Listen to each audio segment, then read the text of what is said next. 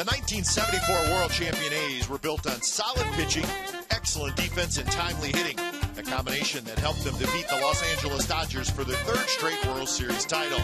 It's a dynasty like no other franchise has achieved in the Bay Area, and tonight we continue the celebration of these world champions who are full of charisma, personality, and more talent than you will ever see on a baseball roster. Those Oakland teams paved the way for your current athletics, channeling the same attitude and a hard-nosed baseball style equaling a winning formula that has led to back-to-back division titles. Coming up, your 2014 Athletics continue their run with one thing on their mind, bringing a championship back to the East Bay. It's the A's and the Angels coming up next.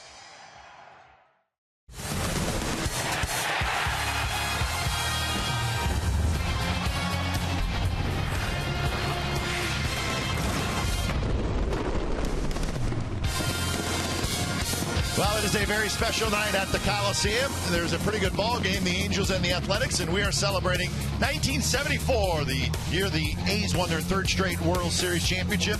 A beautiful giveaway, the Catfish Hunter bobblehead, so all good tonight here at the Coliseum. Along with Ray Fossey, I'm Glenn Kuiper. Welcome to a special night of Oakland A's baseball, and there's going to be a lot going on tonight. We're going to talk to a lot of some of your old teammates, but how about Josh Donaldson? Let's talk about this 2014 team, and he's in one of those streaks, Ray. He's red hot. And I think that's the best part about this ball club. So many guys get hot, but how about Josh Donaldson? He has been hot from day one of spring training. He hit a big home run off of Joe Nathan, a walk-off on Tuesday night, 3-run shot, pulled the ball. And that's important to notice what he did on that slider, because what he did last night, opposite field, home run, right field. He had done that also a couple of times, but then he goes to center field later. How about this defensive play? He almost won the Gold Glove last year. He might win it this season. Then he comes up the big home run, straightaway center field on a night in which it was very cool. Marine layer, it did not affect him at all, whether swinging the bat or playing great defense. Interesting splits on the A starter Tommy Milone tonight. He has been terrific at home. In fact, nobody's been better at home in the American League. That's incredible with his ERA, the best in the American League at home. And of course, he's a fly ball pitcher. Sometimes they say that it works well pitching to the Coliseum. However, he has now developed a two-seam fastball. He very rarely throws the four-seam anymore. He changes speeds effectively. Good changeup, good curveball, elevates his fastball. But I think the one thing that Derek Norris has done, as well as John Jay, so working inside with a fastball, getting some called strike threes against the right-handers. But overall, he's pitched extremely well, and I think a lot of credit to Bob Melvin, believing in him from day one, especially with the injuries. And with a little help from the bullpen, he'd have a couple more wins. Absolutely. So a pair of lefties tonight. Tommy Milone for the A's, and Tyler Skaggs is going to pitch for the Angels. So the A's will try to make it 2 in a row over their rivals from the South. On top of that, we're going to celebrate 1974. Good night. Coming up. Stick around.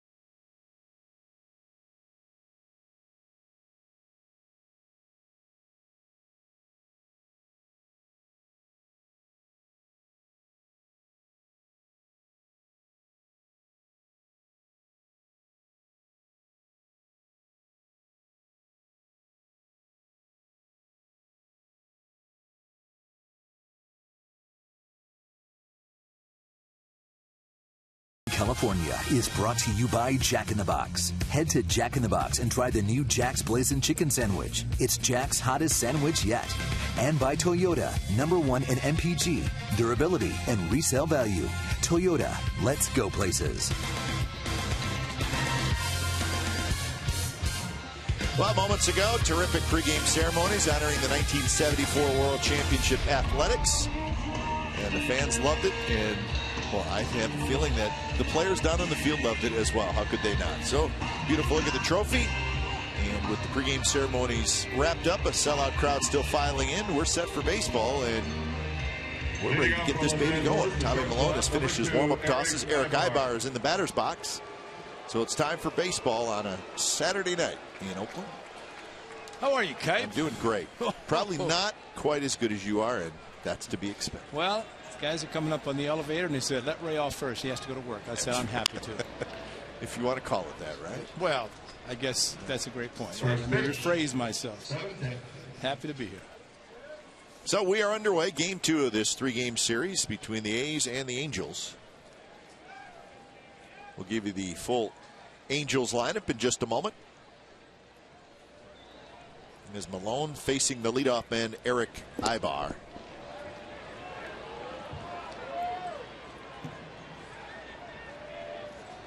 He's won the game last night, 9-5. Trying to make it 2 in a row. And that one is lined to left field, and that's a leadoff single for Eric Ibar. So that's how the ball game gets underway. Let's look at the rest of the Angels lineup now against Milone. So Ibar, and it'll be Grant Green hitting second, Albert Pujols third, and then Freese in the cleanup spot, followed by Kendrick, Crone, Iannetta, Calhoun, and Cowgill. And for Tommy Milone, well documented about his success here at the Coliseum, and he continues to pitch very well. It's even his record of 3-3 in 9 starts, although a couple more wins could have been on his tab if some good things had happened, but he's pitching extremely well here, and that's always good news. First pitch to Grant Green is a bit low. Mike Trout was in the original lineup hitting in this spot as the designated hitter, but he was scratched with some upper back stiffness. That pitch to Grant Green was a strike last night for Jim Reynolds. I mean, that's the difference in the 2 umpires already in this series in their strike zone. Foul to the screen by Grant Green. Green hitting .368 with a homer and 6 RBIs. Umpires tonight, Brian Knight will call balls and strikes. Fielding Culbreth at first, Seth Buckminster at second, and Jim Reynolds down at third. He made a lot of pitchers happy last night. Yes, he did.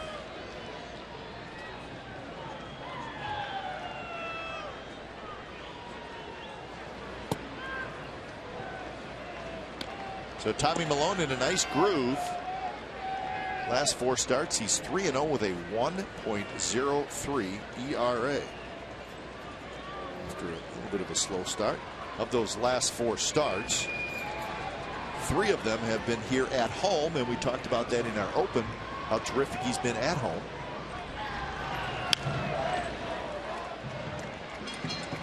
But just going back to spring training and beginning of the season with the rain out and all the different things happening, and so he got off to a slow start simply because he was not in the regular rotation as some of the other guys were. There's the Sunfield in right field, and that'll be gone soon, but Reddick will battle that. Doesn't seem too worried about it with the sunglasses on top of the hat. Ibar not running, and the pitch is tapped slowly toward third. Donaldson charges. He's going to go to second, and the ball is juggled and not caught by Punto, so everybody's going to be safe. So maybe a little bit of a risk by Donaldson, but if he makes a good throw, I think they would have had him, but the throw is just a bit low. Well, and it's a tough play because out of the box quickly is Green, and Donaldson did make the right play. It's just a popped up, and Nick Punto at second tonight, #5, as the ball had the short hop, hit him in the heel of the glove, and just could not come up with it.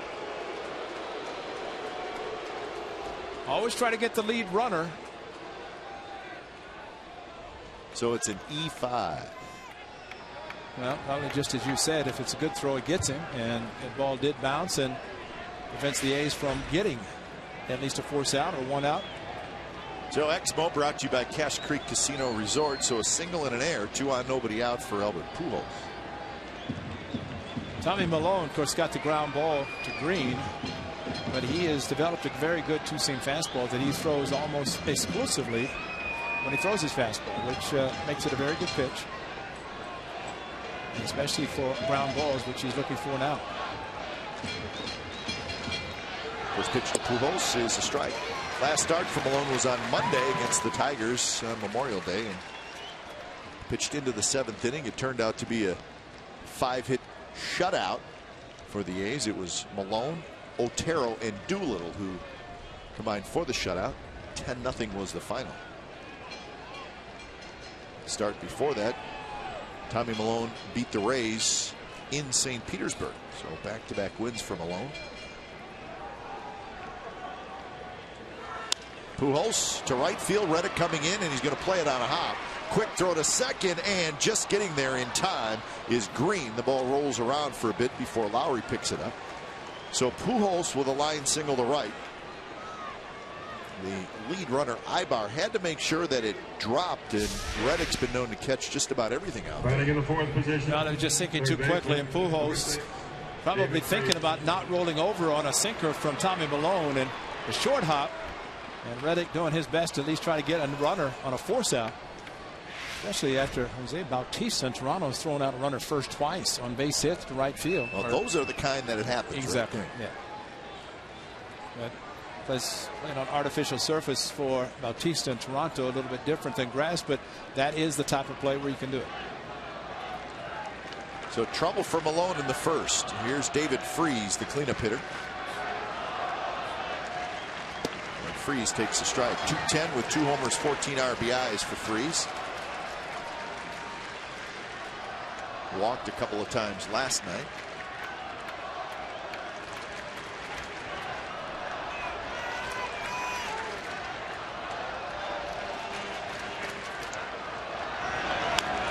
Rolled at the plate. Freese started slowly this year and then was hit by a pitch in a game against the Rangers on May 2nd, and had a non-displaced fracture of his right middle finger. And he didn't miss a huge amount of time. He did go on the disabled list, missed 16 games, but now back. Angels hope he's a big part of the offense. A little bit of a slow start. And I keep saying start, Ray, but I probably can't do that anymore because we're over a third of the way through the season. June 1st tomorrow. Yeah. How about that? 1-2 to Freese with Howie Kendrick waiting in the on-deck circle.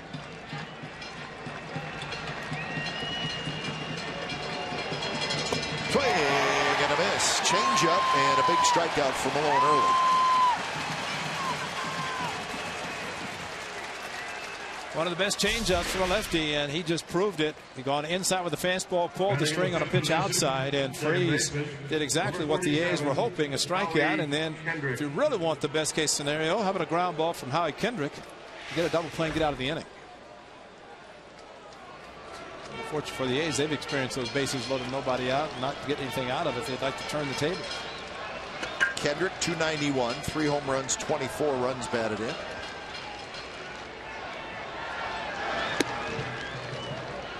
Kendrick always tough in these spots. He does not strike out a lot. And a home run last night, 2-run shot.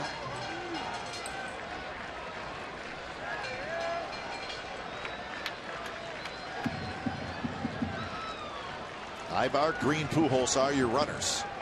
Outfield shaded toward right center. And Kendrick pops it up.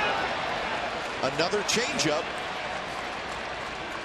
And Punto grabs it, and that's the second out.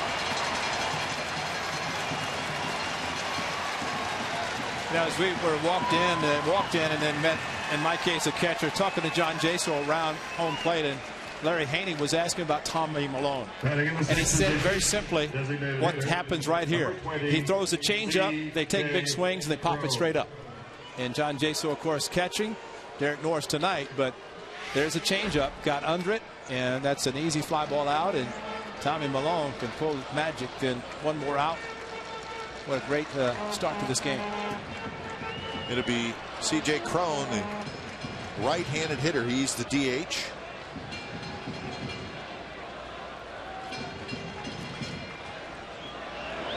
The first pitch, slider in first strike.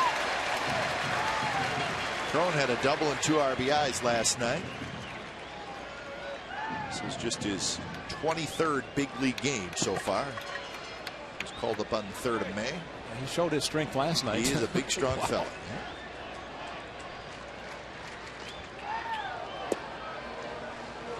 He's DHing, and he plays first base. That's his natural position. And one of the highly touted prospects for the Angels.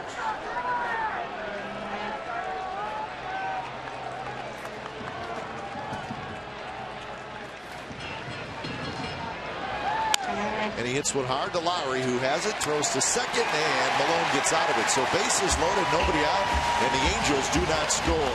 So good work by Malone. Bottom of the first coming out.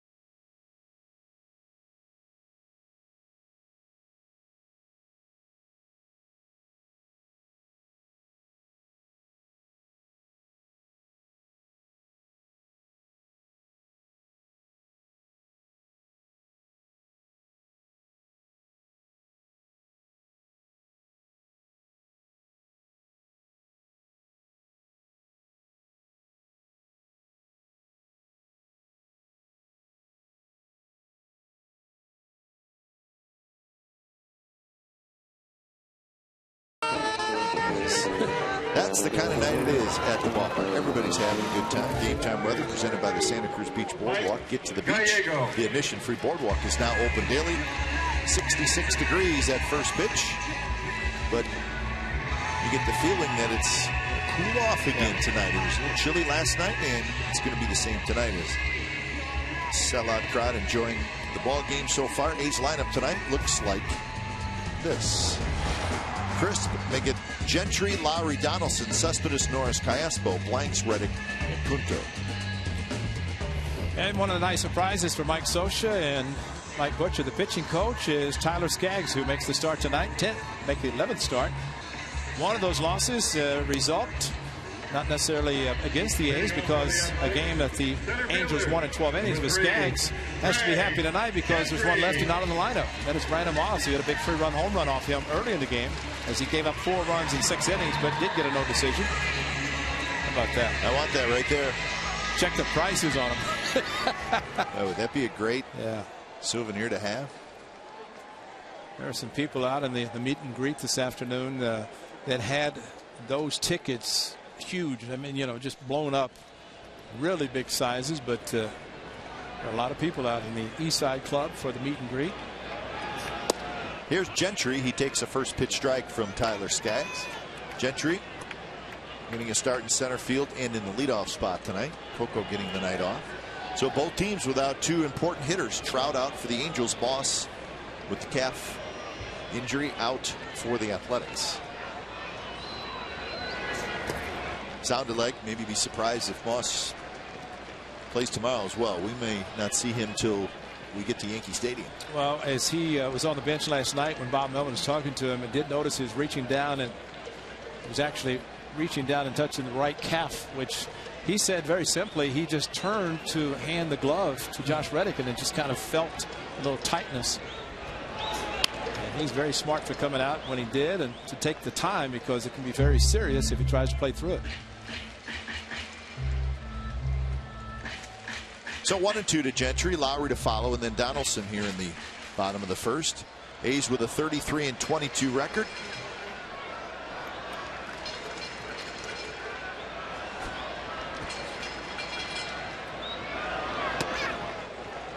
And the A's with a 2.5 game lead over the Angels in the West.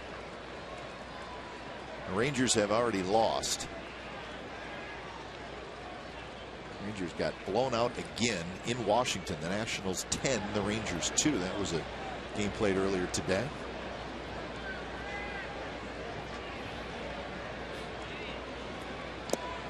Good curveball by Tyler Skaggs, and Gentry swings and misses. So 1 out. Let's look at the defense for the Angels. Green, Cowgill, Calhoun in the outfield, and then Freese, Ibar, Kendrick, Pujols in the infield with Iannetta doing the catching. So great crowd tonight. Everybody's in a good mood. I think that is one thing that happens when you celebrate a World Series championship, whether it's 10 years, 20 years, 30 years, 40 years. You're always going to get a good crowd, and I think it puts the crowd in a good mood. Yeah. And I think I know teammates very appreciative of the fact that fans came out early and were able to be here and recognize the players as they walked out. In the past, we've had times where people either weren't aware of it or showed up late, but it was very nice tonight.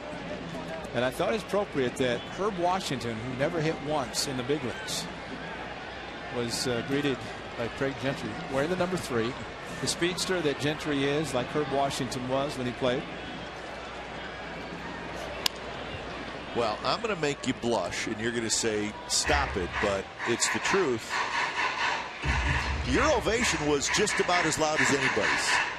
We all said it up here in the booth. Close to Reggie. You and Reggie, very close. I'm serious now. Oh, how about that? That should make you feel good. That's very nice. Because we had the ovation meter on up here, and you were right near the top. I thought that was food. Well, that was the ovation meter. Here it is. Listen. And now he's an outstanding athlete in his 29th year on the A's broadcast team. It's got to make you feel good. Very nice. Very nice. Very nice. But plus you get to hear Monty Miller's voice, and then Roy Steele's voice. And Roy is in the building tonight, which is terrific, and he looks great. Yeah, the voice of God is back. That's great.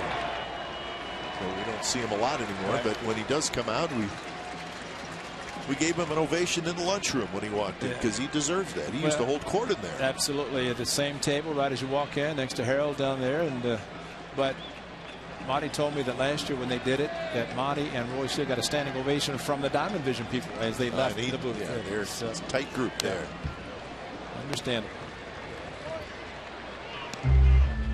But all the players, including Ray, came out from center field and were greeted by a current player, which is a very nice touch. Well, and still, Bob Melvin does not want to take a lot of the credit, but it's a credit to Bob Melvin and what he did starting in 2012 with the 72 reunion last year, and then again this year, and getting the current players involved. And that's all a result of Bob Melvin. And I know all the teammates, all the players really appreciate that. So Lowry, a good at bat, and he gets the walk.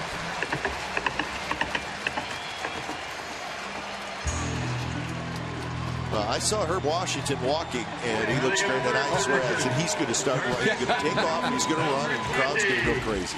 Well, I asked him. Good. Yeah, exactly. I said, you have to continue to run. He said, well, I do, but he said my Achilles are a little bad, and but he's a very successful businessman, and couldn't be happier for him. And he lives in Cleveland. And I said, why don't you come and see us? He said he came back a day after we left. He had been out on business. So I said, next time we come in, you have to definitely come and see us.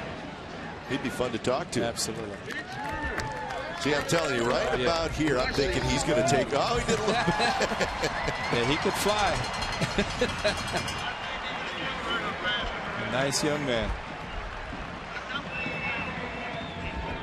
And again, appropriate, the number 3, Craig Gentry, and boy, Gentry can fly, so it worked out good.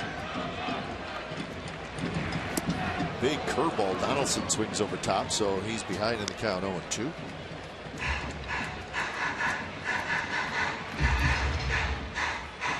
Thinking about the game of baseball, it happens every day. Bad thing, don't have time to enjoy some of the greatness of what happened. In the case of Donaldson, what a night he had last night. And 24 hours later, he's out trying to do it again. 3 for 4, 2 homers, 4 RBIs, 3 runs scored. That's what he did last night. Well, he met Captain Sal Bando to walk him over to third base, and after it was over and Bob Melvin went to Sal, of course, great friends that they are, and he said, "Did our third baseman bend your ear a lot?" I said, "That's Donaldson. He's probably trying to pick up some tips from Sal. What's it like to win 3 straight world championships?" And the guys are very open to talk about it and to learn a lot, as Bob Melvin did with Sal Bando, working with him and for him in Milwaukee.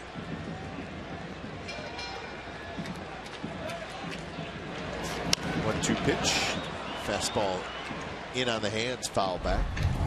And a great open to our telecast tonight, showing the right field or the left field, and then these to right field. This one to the right field over the out-of-town scoreboard. Did not know it was a home run, and they did review it and went through a part of a tunnel and then straight away center field. Man, that's a poke last night, and chance for Trout to get it.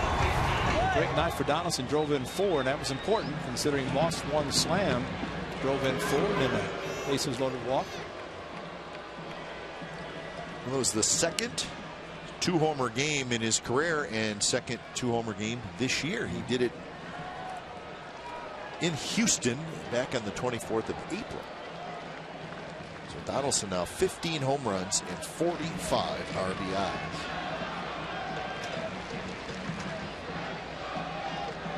1-2 pitches outside. Donaldson leads the majors in runs scored.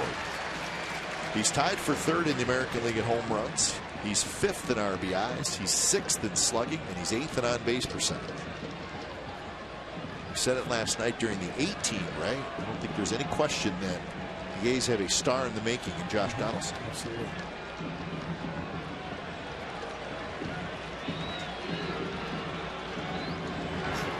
And he swings and misses, and a 92-mile-an-hour pitch from Tyler Skaggs. So Skaggs with a couple of strikeouts here in the first.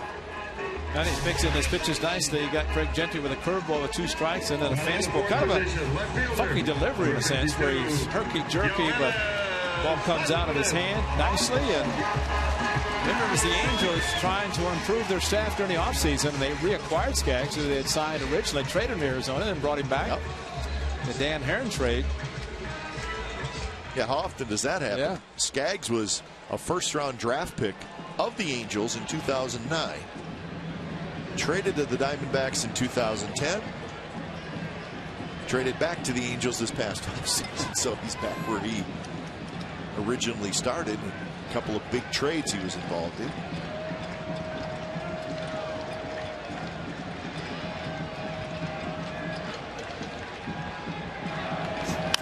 Cespedes skies one right side of the diamond. Pujols is under. He makes the catch.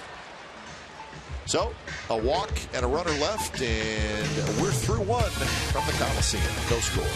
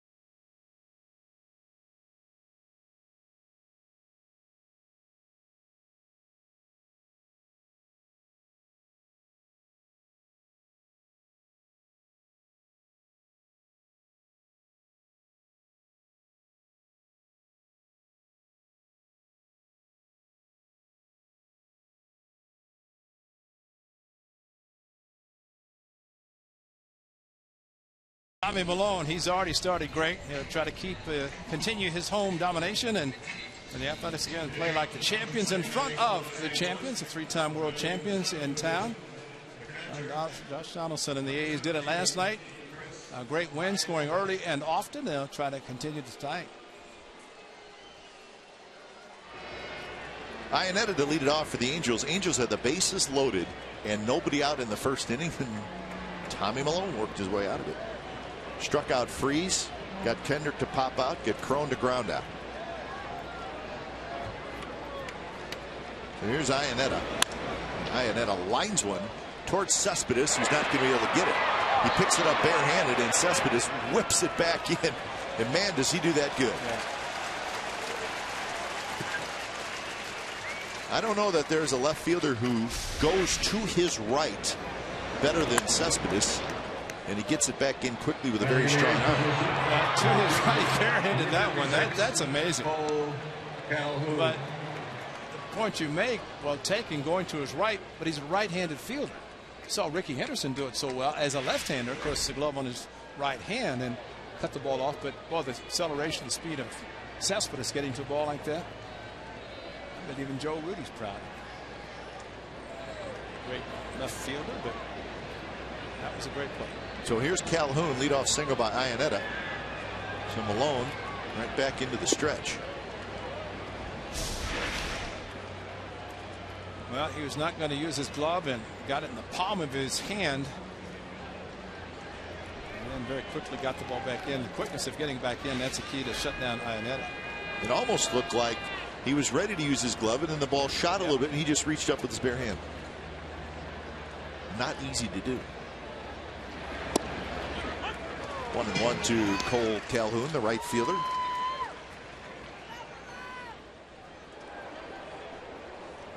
That is not Vita Blue. That's a Vita Blue jersey. I was going to say Vita can get better seats than that. And that's that is a good seat. Not Ricky Henderson in front of him. Yeah, Vita's got a better seat than that.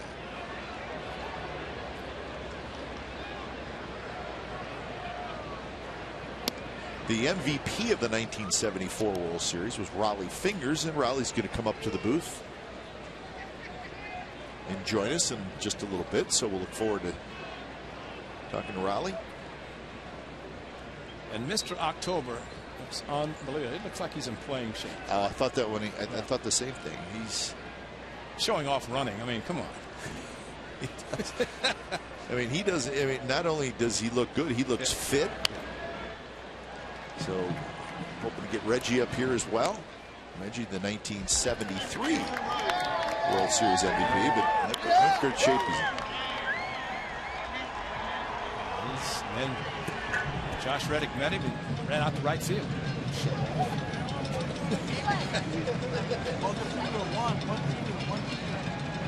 And he said he's only lost about 7 or 8 pounds. It's just firmed up. I mean, he's in great shape. I'm jealous. Absolutely. 2-2 to Calhoun with Cowgill waiting in the on-deck zone. And that one's flipped to left field. Cespedes coming in, and that's going to be a base hit. Reaches up and barehands it again. So Calhoun just flips one to left. Well, great hands for Cespedes, but I'd say in the future probably better to use the glove because he's got a big glove and his hand-eye coordination is great as he reaches up on this softly hit ball again. You think that ball gets by him, it's going to go forever. That's a big one. Big and green. Yeah, and it glows in the dark too. See, they could turn off the lights and just follow his glove. You could follow Cespedes. So here's Cowgill. Would he bunt Ray Fosse in the top of the second inning? Donaldson thinks so. And the Angels do a lot of things, and trying to get on the board is one of them. He was not showing a bunt there. You know, I think it happens a lot of times that managers think that in the American League, you know, 1 run, 2 runs, not that important because the American League, you have hitters and could have high scoring games, but after having the bases loaded, nobody out in the first inning, getting nothing out of it, and now first and second, nobody out, I think my associate would want to do something. Donaldson cannot get it, and it's into left field, the base hit. Ionetta's being waved home. Here comes the throw to the plate. The tag got him.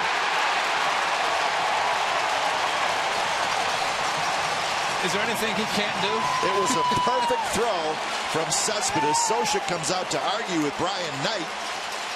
So we may have to hold our breath a little bit on this one. It was a very close play at the plate. Well, a ground ball, which means that Ionetta could go in contact. And Cespedes got the ball just about the time he rounded third. And Norris and Mike Scioscia maybe thinking that he didn't tag him. But it's such a tough play for a catcher with these new rules as far as whether he can catch the ball and go block. And oh, he got it. It looked like it. It looked like he got it. Here's the view that'll give it to us. Well, he's showing that he got the left leg, but Mike Scioscia, if he's thinking that Derek Norris went in to block, he went after the ball, and that's what they're allowed to do. If the ball takes you into the runner, a catcher's allowed to go get the baseball. So we shall see. So they are going to look at it. Yep. Now we will wait to hear if it's a challenge by Mike Scioscia or if it's just an umpire review. Or the catcher blocking the plate. But what we found out, Kite, recently, that whenever they review the play at the plate, if it's about the catcher, they also rule fair or safe for foul. They look at out. both, yeah. So it is a crew chief review, which is important to know.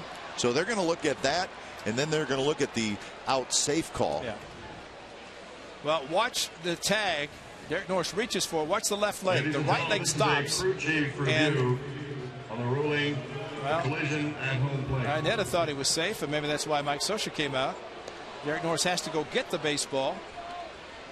So if he tagged him there, and that on the knee before his foot got to the plate, maybe it's that great word we have learned to understand, inconclusive. Well, you can see where it's close whether he tagged him or not, but we have not seen a replay angle where you can see whether he did swipe him on that knee area or not. But if he did tag him, then the tag was applied before Ionetta got home. Well, Brian Knight looking at Diamond Vision as they show the replay. Of course, he's the one that made the call, home plate umpire. Now this is a great angle here, guys. Check the. Got him on the knee, and that's maybe what Brian Knight looked at. And he got him on the knee before the right foot touched the plate.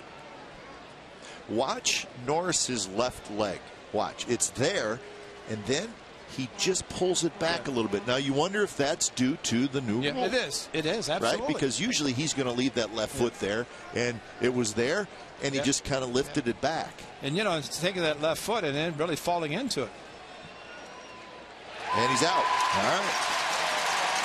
Now, Mike Scioscia is going to come out, and he's going to talk with Field and Culbreth.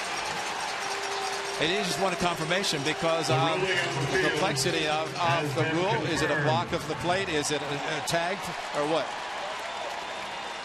So this is the home plate collision rule. Unless he possesses the ball, the catcher cannot block the path of a runner attempting to score. In such cases, the runner will be declared safe, with one exception. And the exception is the catcher may block a runner's path in order to field a throw, but only if the umpire judges the throw to be otherwise unplayable and the contact unavoidable. So that makes sense. If you got to move into the line to catch the ball, well, that's you got to be allowed to catch the ball. And he did, and actually by that rule, I think, by going in to catch the ball, he could have dropped down and tagged Ionetta, actually blocked him off the plate. So he caught it, but then he moved his foot out of the way a little bit. Either way, it's an out. You ever seen Matadors?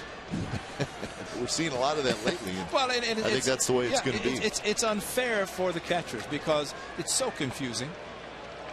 So give Cespedes the outfield assist, and he made a perfect throw. And he used his glove to catch the ball instead of his bare hand. So 2 out of 3 he's used his bare hand. He used the glove. Transfer was perfect and a strong throw as always. First pitch to Ibar is a strike. If you look at this half inning, the fact that Cespedes, as you described, perfectly got to the ball so quickly, he barehands the ball. He hits Ineta at first. So the next base hit of Calhoun, it probably would have been first and third with a fly ball to left field or base hit.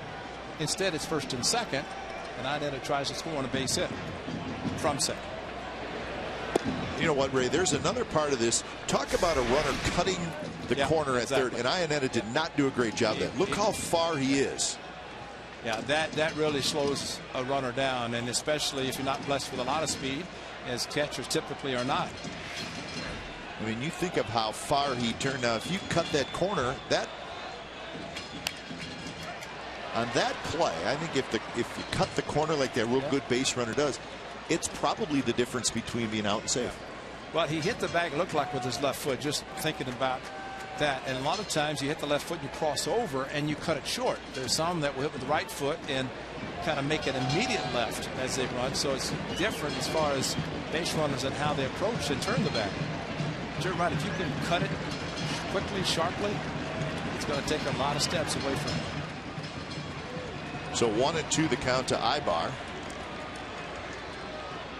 Angels trying to figure out what they have to do to get a run home. 3 straight hits, but nothing on the board. And Ibar chases upstairs, and that's strikeout number 2 for Tommy Milone. Wow, that's talk about going up the ladder. And Derek Norris, as we have seen, calling the fastball inside. Look at the location about belt high, and it goes up even higher. And Ibar couldn't catch up to a pitch way out of the strike zone. So Tommy Milone, if you look back at his starts, the success he's had, especially inside, and Derek Norris setting up inside, and as he said, not only in but up, and that's really helped Tommy Milone. Hank Conger next to Ibar, who took the shot off the mask, had a chance to see him tonight, and he said, what a shot. He's gone back to the steel mask, but he said it was still quite a shot to his face, but he was okay today. Here's Grant Green, and a fastball for a strike. So Tommy Milone weaving in and out of trouble early in this game. The league is hitting just 175 against him with runners in scoring position. He's showing that tonight. Calhoun at second, Cowgill at first. Lots of speed on the bases for the Angels.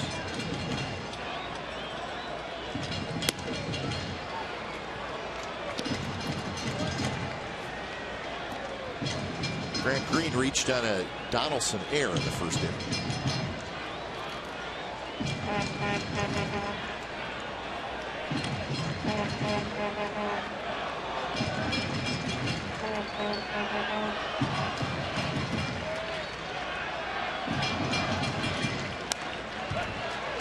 Go 81 miles per hour. That's the Milone changeup. So he's ahead of the count to Grant Green.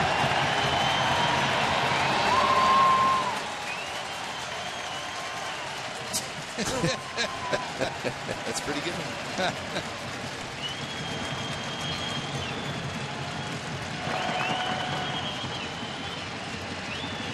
Setting up inside, the 1-2 pitch, and it missed inside. Hit the target. Yes, he did, but the angry night, maybe that sign of her uniform. I'm angry that it was called the ball. Yeah, I'm the angry nut right now. It looked like a strike to me.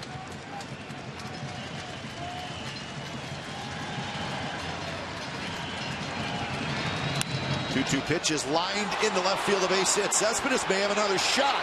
Throw to the plate is there, and he is out again. Are you serious, Cespedes? You're kidding me.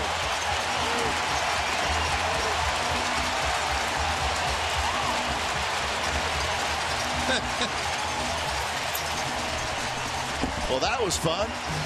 Angels do not score.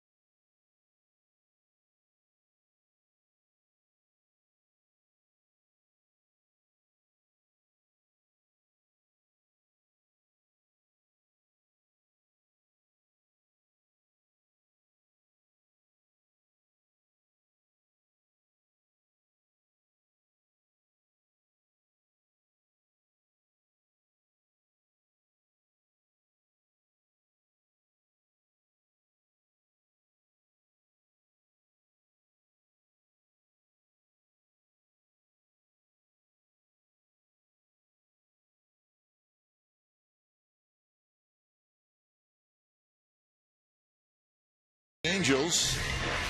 And that may be the greatest defensive half inning I've ever seen in my life. I agree 100%. Bare hand, use the glove, out.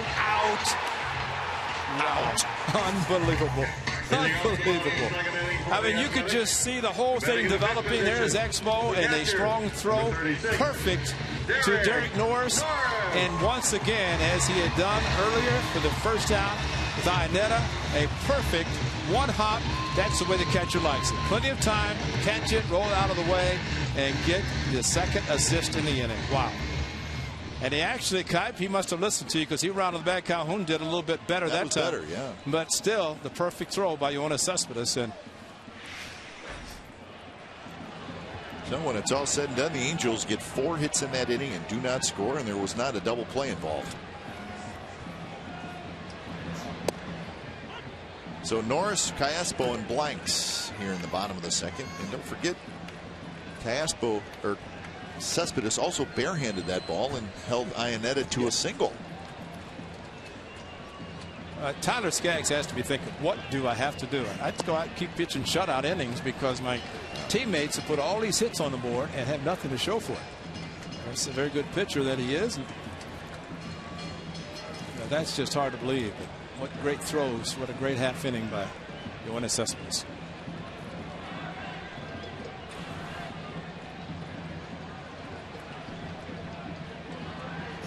0-2 pitch spins Norris out of the way with a fastball. Norris hitting .294, 5 homers, 24 RBIs.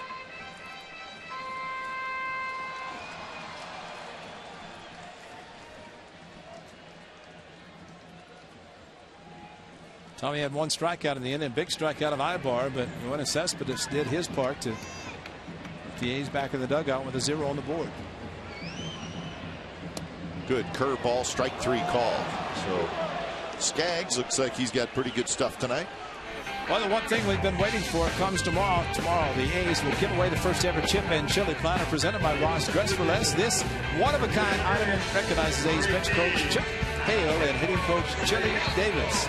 Chip and chili platter would be a great addition to any barbecue. For information and tickets, visit athletics.com/tickets, or you can call 877-493-BALL. So did you tell Chip that the autograph offer is really nice, but that's not really what we want? I did. I said, we want chips and we want chili.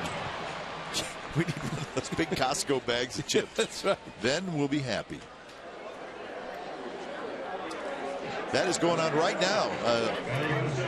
That's a Hall of Famer. That's a World Series MVP, and that's a good signature to have.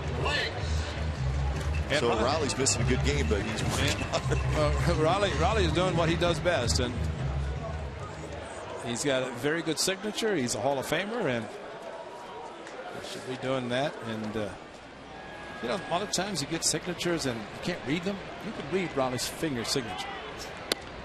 Takes the time and puts out a nice one. So Raleigh will be joining us tentatively in the 4th inning. Writing a book for that. That is a good signature. You know what's nice about that is a signature that is signed, and he's not in a hurry to get it done. That's right. That's nice. It's the best way. 2 outs for Kyle Blanks. Fastball there from Skaggs. Well, I would think, and probably, oh, there it is. That's Hall of Fame. That's 2, 3, 4 champions on the number 34, which is retired.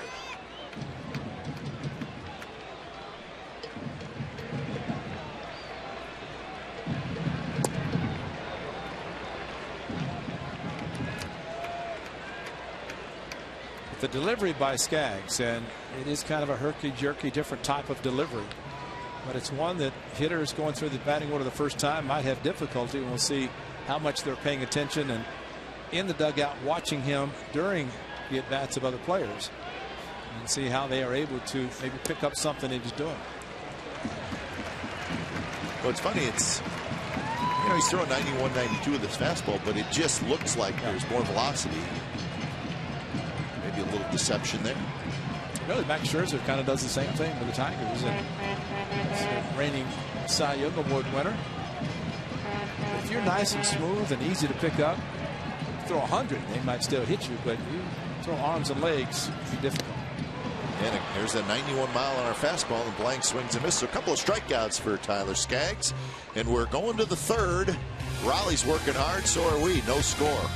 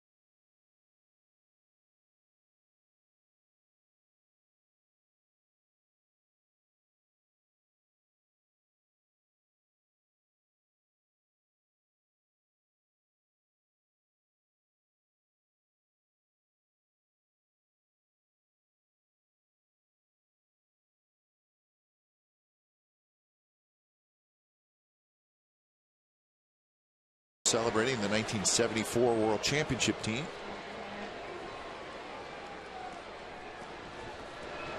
Kind of a strange ball game so far. The Angels have 6 hits and they have not scored. They had 4 hits last inning. They did not score thanks to that man, Yoenis Cespedes, who threw out 2 runners at the plate.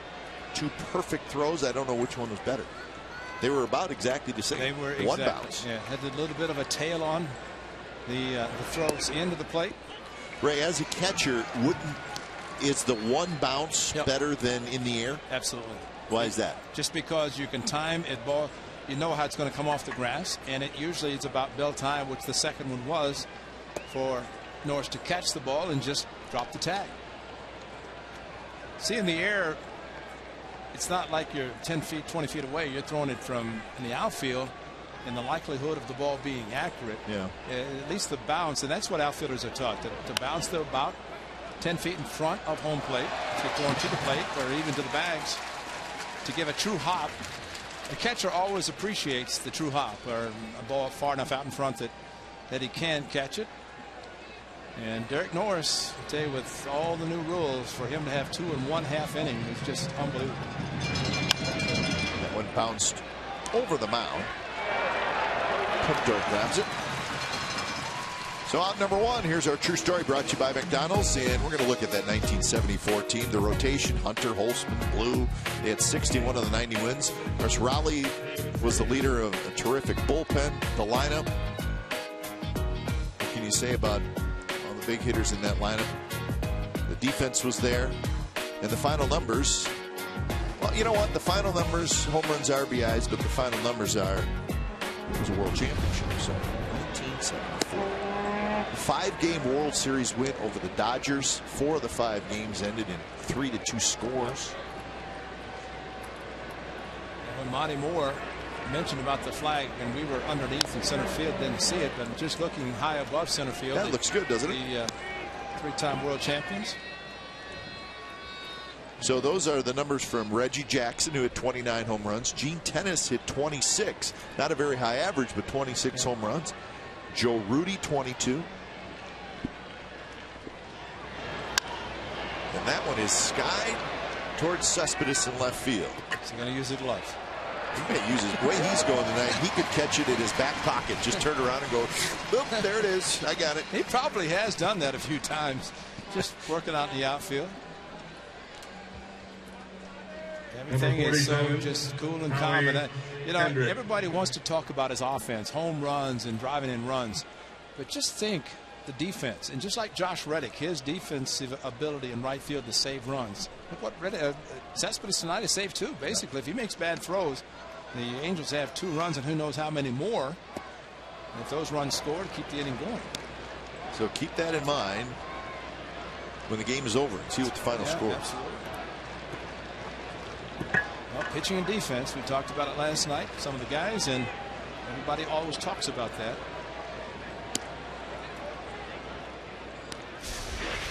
Oh, yeah. Oh, yeah, and of course he does this, which is awesome. All right. He's just too cool for me right now. That is awesome. Now, if he throws a guy out at home, throwing an underhand, now we got a story. You know, the great Hall of Famer, one of the best hitters and players, Willie Mays, had those basket catches, and he just kind of flipped the ball, but not quite like Cespedes. He's full underhand, fast pitch pitcher. 3 of those swings. Reddick hustles back. He's got it. So a 3-up, 3-down inning for Tommy Milone, and a nice easy inning. And Milone needed that. Bottom of the 3rd coming up. No score.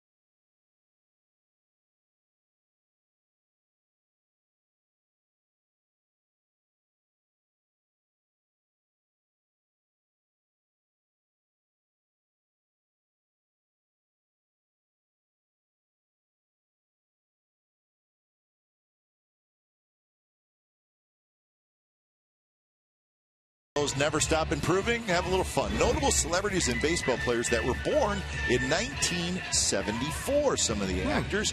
Great Amy Adams, the actress. Jimmy Fallon. Love his show. Tejada, Jeter, Jermaine Dye. Joe Nathan. Former ace Chad Bradford. Jason Kendall. Whoa. And that's the most important name on there. Wow. Jason Kendall was born in 1974. Wow. You mean he was just born when I was playing? So we continue. Man, I feel so old. We continue to put smiles on the faces. Well, you gotta oh. Well, we have to see if Raleigh wins tonight on the big head race. I hope he sees it. Well, he was cheering himself last night, but we'll see. Reddick skies one.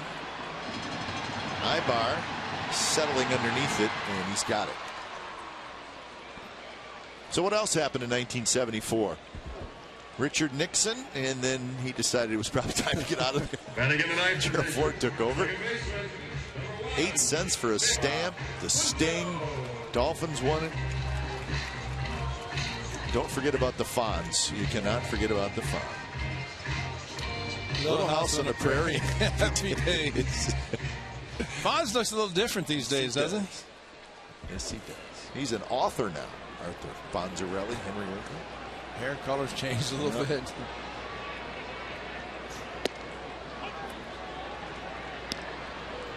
0-1 to Nick Punto, hitting in the 9th spot.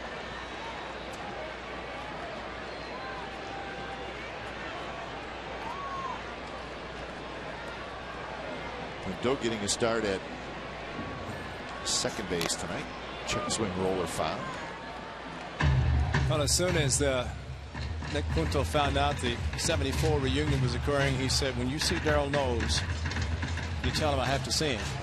He was his pitching coach in the minor leagues in the Phillies organization years ago, and Nick saw him on the mound right during presentation and got a chance to visit with him a few minutes. All right, so pitching staff, 4 starters, how many relievers? 5. You want to hear something? I was going to talk to Raleigh about it. The World Series in 1974, 5 pitchers pitched. That's it. That's it. 4 starters and him. We're probably not even 4. Well, Raleigh, Holtzman, Catfish, Vida, Blue Moon, and Raleigh. That's it. 5 pitchers. And in the first game, Holtzman went 4 1/3. Raleigh went 4 1/3. Catfish at third, saved the game. Yeah, we got to ask. Like you said, yeah, as you mentioned, when's the last time you saw Fingers get a win? Catfish to save. Look at the box score from Game 1 of the '74 World Series. Yeah. Winning pitcher, Fingers. Yeah. Save, Hunter. Blue Moon got the win in Game 5 here. Of course, that game went late, and as Joe was telling us about the smoke bomb in left field.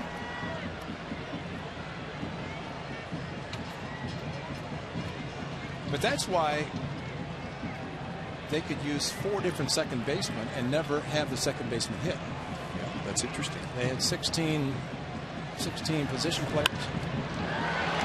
You can do a lot of different things if you got 16 position players. That's what Dick Green said. Dick Green, to me, is one of the best second basemen I've ever seen to be able to play defensively. And that, showing the montage of the championship, and showing him laid out, and that was a feed to Campy Campaneris on a double play. And of course, he made the big relay play, Billy Buckner, in Game 5 in the 8th inning. But what a great second baseman, and he just could do so many things. 3-2 to Pinto. Another foul ball right side. Gentry will be next. 1 out here in the bottom of the 3rd.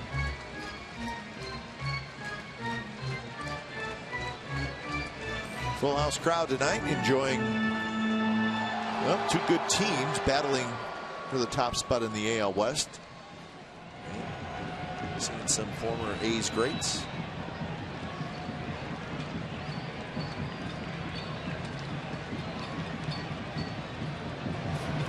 And a 1-out walk. So Pinto with a terrific at bat.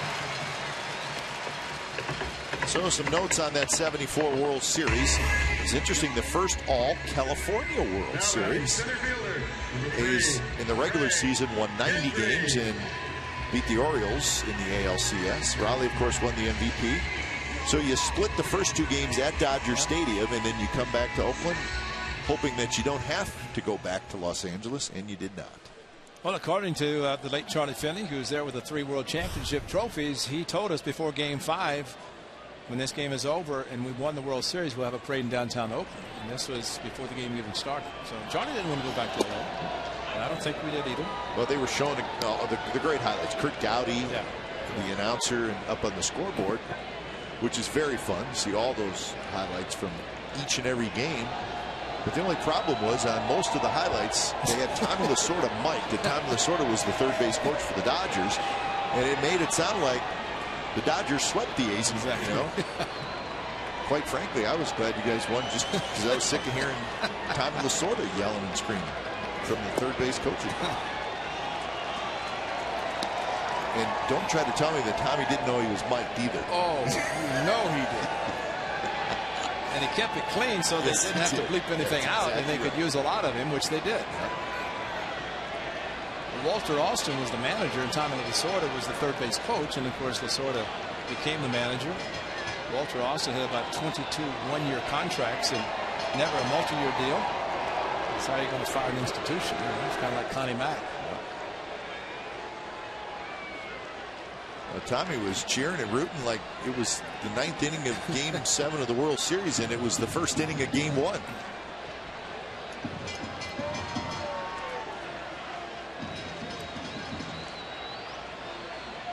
One and 1 to Gentry, who struck out in the first inning.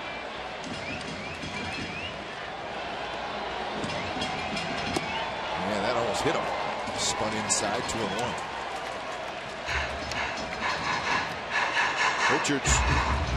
Skaggs, excuse me, with 2 walks and 4 strikeouts. With the back leg and just beyond the right knee of Craig Gentry. Inetta able to catch the ball.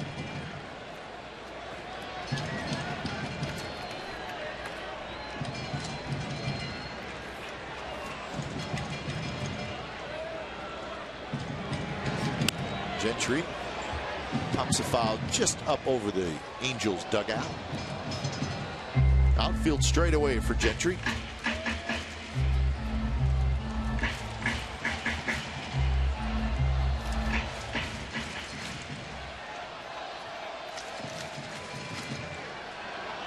The Mariners are leading the Tigers 2-0 in the bottom of the 3rd.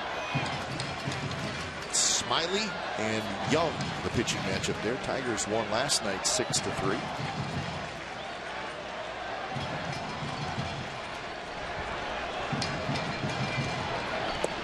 And there's that big curveball, and it is a strikeout as it just popped out of the glove of Iannetta, but not a foul ball. So strikeout number 5 for Skaggs. Big sweeping breaking ball, and it starts outside the right-handers and breaks sharply in. And Now batting shortstop. just a pitch, you can't stay back long enough. Jed Lowry. You have to wonder sometimes if it's slow pitch softball, you can wait, try to swing and no contact.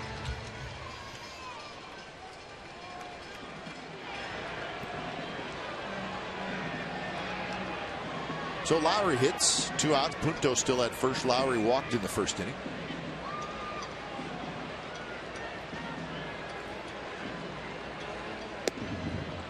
First pitch breaking ball, first strike. So the A's still looking for their first hit.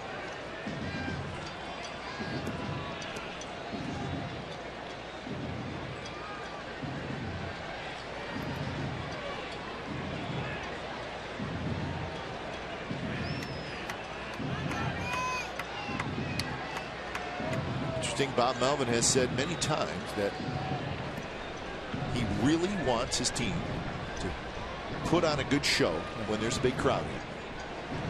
That's right. Listen, we all know there are nights when there's not a lot of people here, but Bob says, hey, I want a good show for these people. If there's 35,000 people here. Well, he also and spoken very openly about carrying on the tradition of this organization, which he has really enjoyed since growing up in the Bay Area and watching the championships. And I think he has really made a lot of people happy and talking about the importance of having those players from the past around, because they know how to win. They have won. And just carrying on. I mean, you look at the history of the Oakland days and going back to Kansas City, before Oakland and then Philadelphia. But in Oakland, I mean, they have 4 World Championships and have the success the A's have had here. I mean, this is a storied organization history-wise, and Bob Melvin just trying to keep it going. 0-2 to Lowry. And listen, baseball in itself is a game with the best history of any of the major professional sports. And I think if you fail to embrace it, you're kind of missing out. Yeah. Doesn't take anything away from what's going on right now with your team. If you're a Bay Area fan, you're spoiled, because there's been a lot of success both sides and all the sports teams in the area. So many things to do in the Bay Area, and then you have the sports teams having success. You have the big heads, Hall of Famers, who've got, I mean, they're getting more attention than anybody. Runner goes. Pujols' throw is in time. Very close play at second base. So it was Kendrick who was able to just make the tag, and that'll do it for the A's. Rollie Fingers, the 1974 World Series MVP, is going to join us when we come back.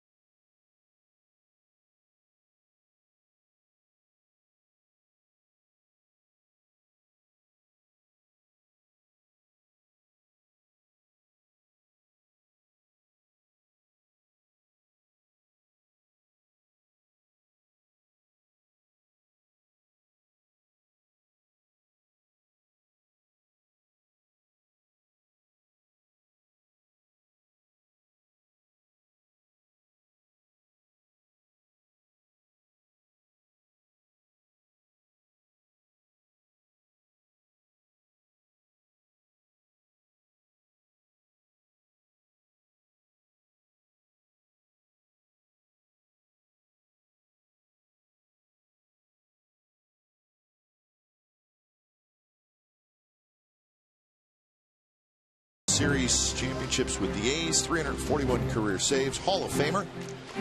Of course, is number 34, retired. Definitely. On top of the stadium. Just an all-around great guy. Thanks. Raleigh, we appreciate you stopping by. We just saw you signing autographs. Yeah. You need to get away and relax and enjoy the game for a little bit. That doesn't happen very much. You're a popular man. You were the MVP of the World Series we're celebrating, so that's part of the deal, I guess. Right? Thank you.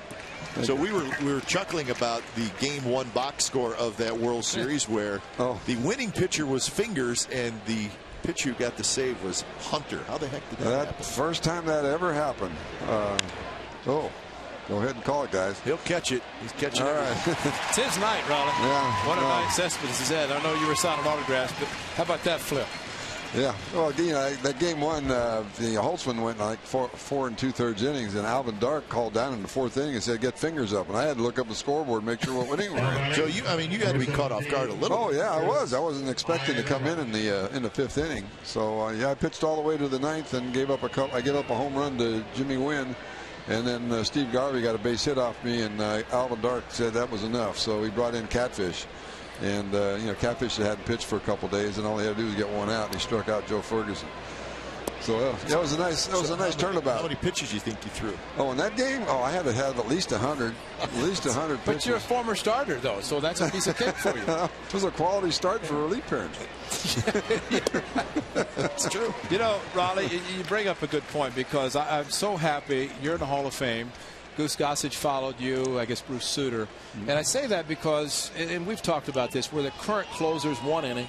I mean, you didn't close that game. You came in and won it. But just talk about pitching multiple innings and how many more saves you could have had maybe in the length of your career had you not just well, back then too, with the staff that we had, with Catfish and Holtzman, Vita Blue and Odom, they were completing 50 ball games a year, and it's not like it is today where your staff might have 8 or 9 complete games. So you get more of an opportunity to get saves nowadays. And a guy will, nowadays will pitch 6 innings, shutout ball, and he'll hand the ball over to the guy to pitch the 7th, and this guy handed over the 8th and then the 9th. That's the way the game's played. So it's a lot different than it was when I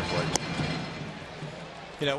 We were talking too about the number of pitchers, and in the World Series, 5 pitchers were used. Yeah, you were telling me that. I didn't even realize. You knowed him, and then Catfish, Vita, and Holtzman. And that's it. So I didn't 4 realize starters that. and Raleigh. That's it. I didn't know. Has there ever been a World Series where there's been that many? I looked it up, and I was shocked when I saw the numbers. I mean, but that was it. And I didn't even realize it. I was the only guy that came in out of the pen then. Yeah. Wow. Yeah. I didn't realize that. But that's just. It was a good series. I was happy about it. Right, we get MVP, but like you said, guys went deep in the game. Except for the first one, Holtzman went 4 1/3, you went 4 1/3, and Catfish 3rd. Right. But then after that, it was 7 1/3, 7 2/3.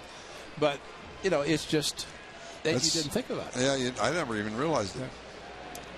But it was nice that it only went 5 games. We didn't want to go back to LA. No. It was nice we ended it here. Do you remember when Charlie Pride was in the clubhouse before Game 5? Yep. Charlie Finley said, we're going to have a meeting. Frank Sinchek wanted to kick everybody out. Charlie Finley said to Charlie Pride, no, you can stay. Yep. So here's Charlie Pride and me singing the anthem that night. And Charlie Finley got up and said, okay, guys, when we win tonight, we're going to have the parade downtown Oakland. Here's Charlie Pride said, you got to be kidding me. He's predicting what's going to happen before the game even begins. And when it ended up the way he had predicted, he had to be thinking, this is quite a man.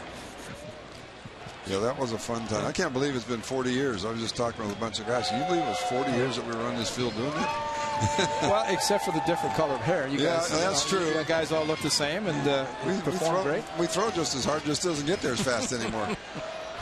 Yeah, how was it throwing out the first pitch? No, I made sure that I got it to the dish. One of the guys bounced. I don't know if it was Chino or Reggie bounced the ball. I don't know. Big bouncer. Punto has it. It's going to be a race to the bag, and the throw goes past the first baseman, or past Malone, actually, who was getting over there to cover, but Norris alertly backing it up. So this is the last out. Von Joshua. Down and in. The Gino kept yelling at me, throw the ball, throw the ball. And watch Vandal. I just had neck surgery, and he crushed me. Yeah, that was a fun time. Yeah, that's what great. you play for. Those moments, that's what you play for. Well, and you bring up the point, because we asked Gino last night when he's here about you guys won 72, and you know, you just want to win more. After winning the first, you get the taste of what it's like to win, and Gino said just couldn't wait to try to just keep winning. You know, I think the hardest one is the first one. Once you get the first one, then, you know, 73, I think we were more relaxed. 74, I think we were a lot more relaxed because we'd already been there and done that. And when the Dodgers started popping off about, you know, there was only 2 guys that could make the Dodgers. A lot of the guys, you know that, didn't particularly care for that statement. And they were talking about you and Reggie, right? Yeah. No, it wasn't me. It was Catfish. It was Catfish and Reggie. Yeah. Did one of the players say it, the Dodgers? I don't know. They said there's only 2 A's that could be on our roster, exactly, right? Or in our starting lineup or something. And it was Reggie make the team, and Reggie and the Catfish. Those are the only 2. Vita didn't like it very much. No. You say, wow, Dodgers, you must have had a heck of a pitching staff if Vita wasn't going to be on it.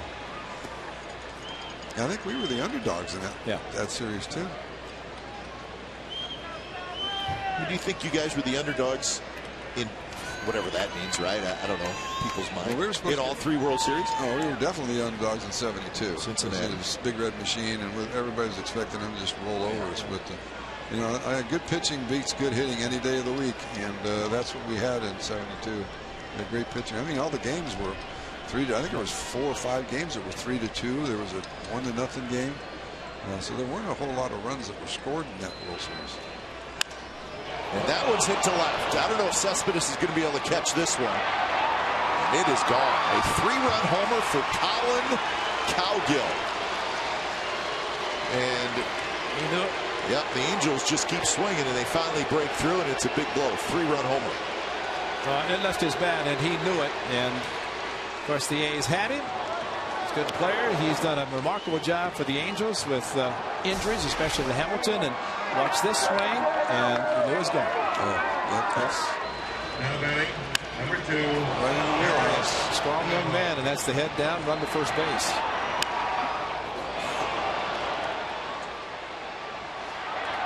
Cespedes had a great night. You're right, he couldn't catch that one. That would have been jumping ability there. Ronnie, how do you explain, and you alluded to the fact of not a lot of runs were scored, but think back to those years. It seemed like there were not a lot of runs scored. It's almost, how many runs do you need, Catfish? Or that's it. You know, and Raleigh's going to come in and save it. But it's, I mean, you look at the up and down the lineup, and they're here, and we're here, and you think they're going to blow everybody out, but it wasn't always the case. No, you know, it was our pitching staff. You know, with Catfish and Vita and Holtzman and Odom, they would take us deep into the game. I mean, these guys wanted to get complete games, and they were going in the 7th, 8th inning. And, you know, like I said, 50 complete games from the staff. That's why we were winning. And, you know, we didn't blow out a lot of teams. You know, we won with great defense. We didn't make many mental errors out there. We always, you know, hit through the right bags, hit the cutoff men. And that's how you win. That's how you win World Series, is you do the little things. And we did it.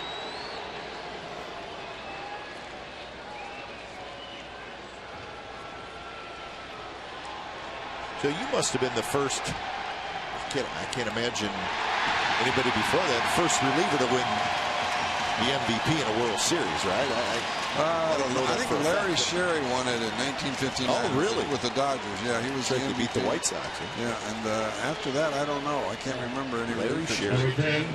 Well, even was in 73, Darrell Knowles pitched in every game. Yep. The World Series. 70 and pitched in all 7 games. Yeah. And it was Reggie who won the MVP. Reggie had a great series after missing 1972. I know that. I know he hated missing that, and but he did a great job in 73 and 74. Riley, we've had a lot of fun with Herb Washington, hearing the stories about Herb Washington, and we saw him walk out today, and you know, we were chuckling because we were waiting for him to just take off and start sprinting. But you know, Reyes said it was a little strange at first. Like, all right, what's this guy all about? I mean, is this for real? And well, it turns out he was for real. What a play by Donaldson, and that's a double play. We'll get Raleigh's view on Herb Washington when we come back. Colin Cowgill with a big 3-run homer, so the Angels break through. It's now 3-0 Angels.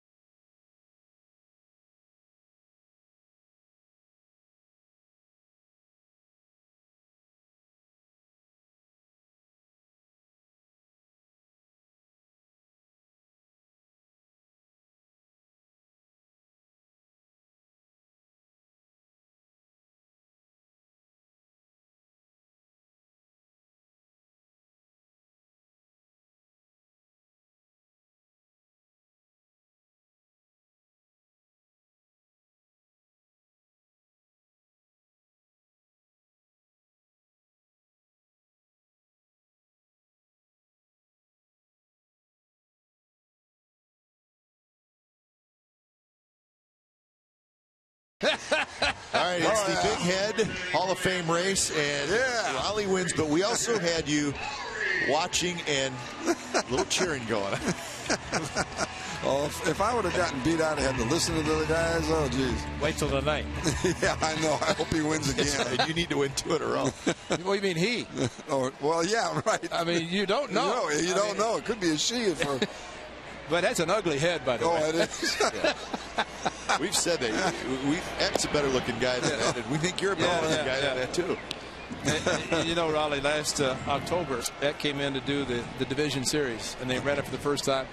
And he was sitting in this booth. You should have seen the guys get on him. He said, "You got me, Mr. Dapper, Dennis Eckersley," and he got that head. Oh. But it's all in good fun, and I think it's got to be heavy too. Well, yeah. Well, but talk about appearances. While we were on the East Side Club, they were outside taking pictures and signing autographs. They had get more attention probably really? than anybody. Yeah, that's the neat thing that they do. That's fun. It's fun. So 1 out for Donaldson. So give me a Herb Washington story. I think in '74 we had clinched it, and I think Alvin asked Herb if he wanted to hit. We wanted to get him up at the plate. Just to see what would happen. I think that day Ryan was pitching, and there's no way that Herbie was going to do anything against Nolan. So it was twilight too. Yeah. So he wanted nothing to do with hitting. No, he had no clue. And you know, we'd seen him jump in the batting cage, and it was like he didn't have a bat in his hand. So I got you. But no, he was fun to be around. He's a great guy. He's a great guy. He stole a lot of bases for us, and you know, we scored some runs when he did it.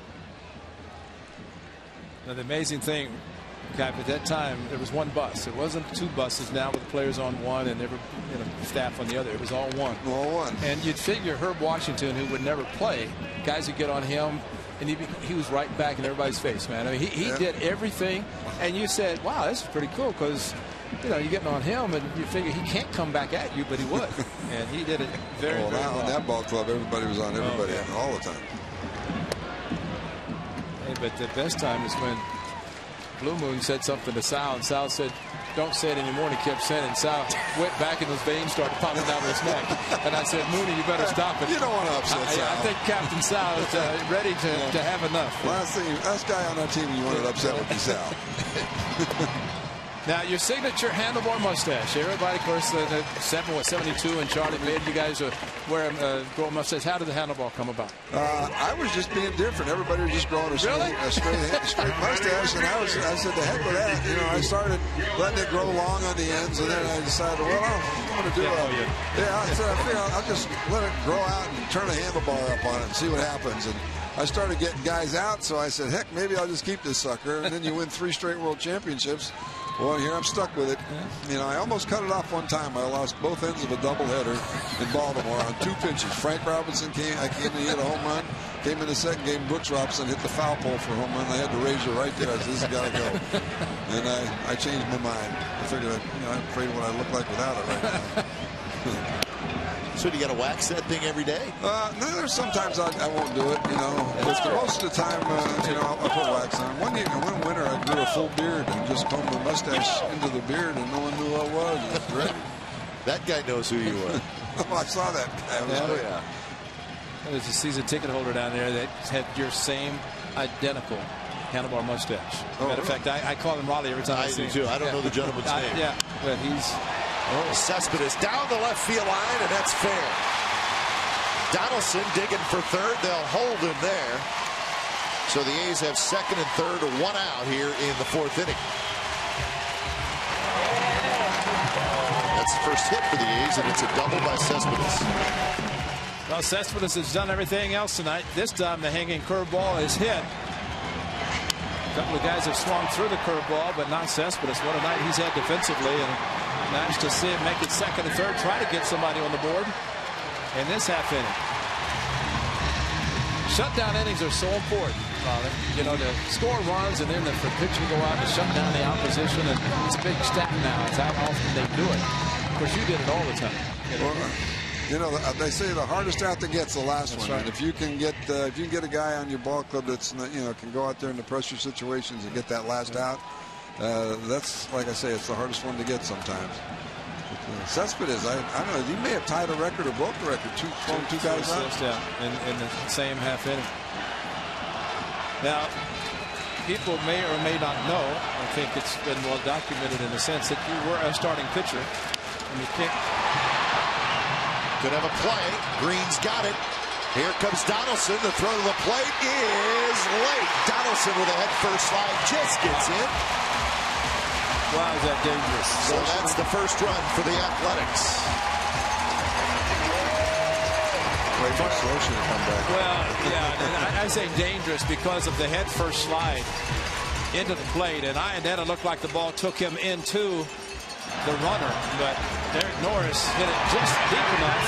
And Greg Green, an infield, a pretty good outfield throw, and watched Donaldson go head first and got the hand in. He did not go feet first, went around the tag, got his hand on the plate, and that was a great call, great slide by Donaldson. But oh man, you just do not want to see the catcher drop the knees, the shin guards into somebody sliding head first, but he went around the tag and got the job done. So you were a starter, Robert. Yeah, for about first 2-3 years I was in the big leagues, and Dick Williams, I made the ball club in '71 as a starter, and it got to the point where I couldn't get out of the second inning, and I'd wait 4 days to get knocked out in the second inning again. And Dick said, "That's it. I was in the bullpen. I was a mop-up guy in the bullpen." There's our guy. There's Robert. Yeah. Oh, all right. Yeah. Oh, yeah. So yeah, I was a mop-up guy. Skaggs has it, spins around, throws in time, side retired. A run for the A's, and Riley Fingers, thanks for coming. All right, enjoy the rest of the ball. Had a great time. You're a good man, Buzzard. Thank you. We'll see you later. Buzzard. The Buzzard. All right.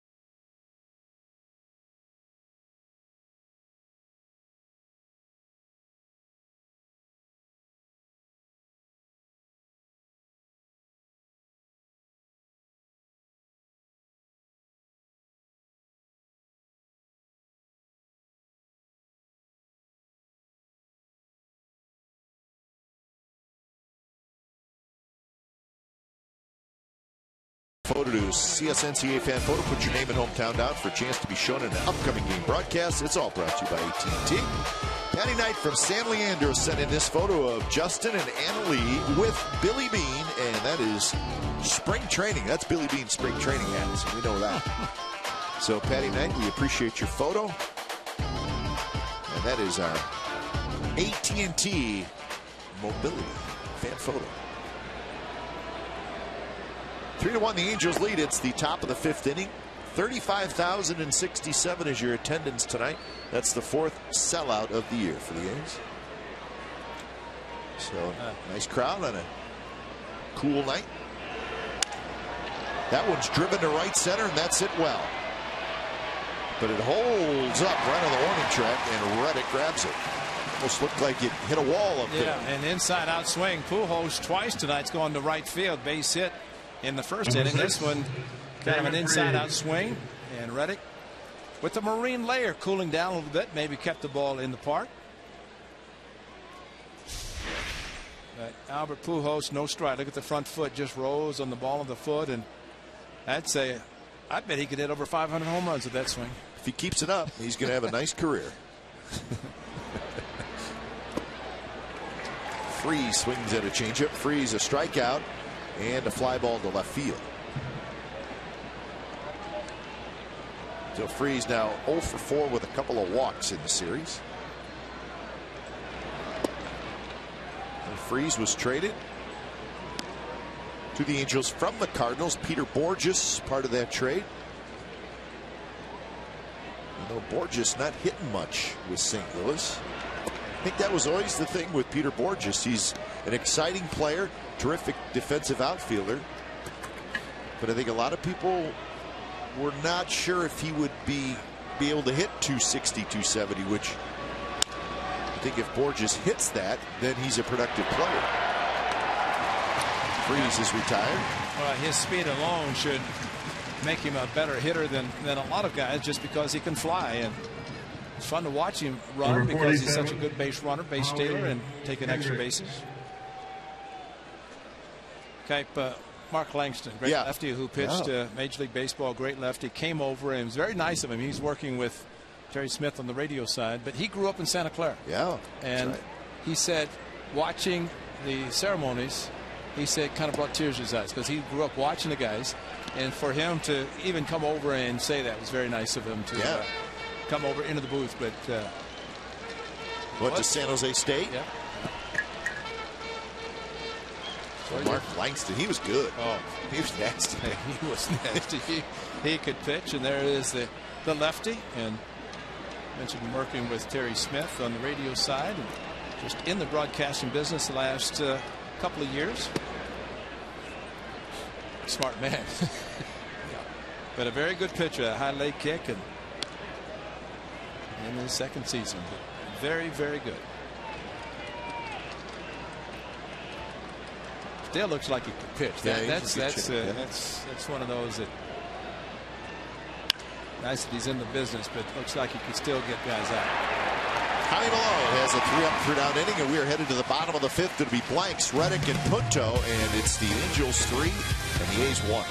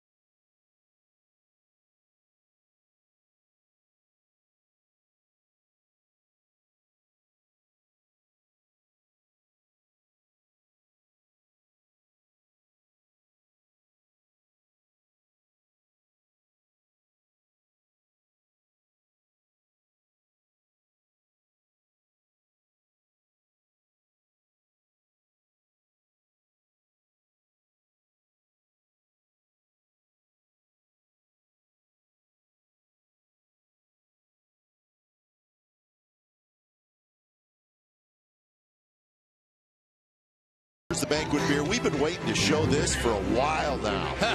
Game 5, the 1974 World Series. Our man Ray Fosse got a hanger from Don Sutton. Big mistake, Don. We've been telling you, don't throw it up there because the big man's going to hit it out.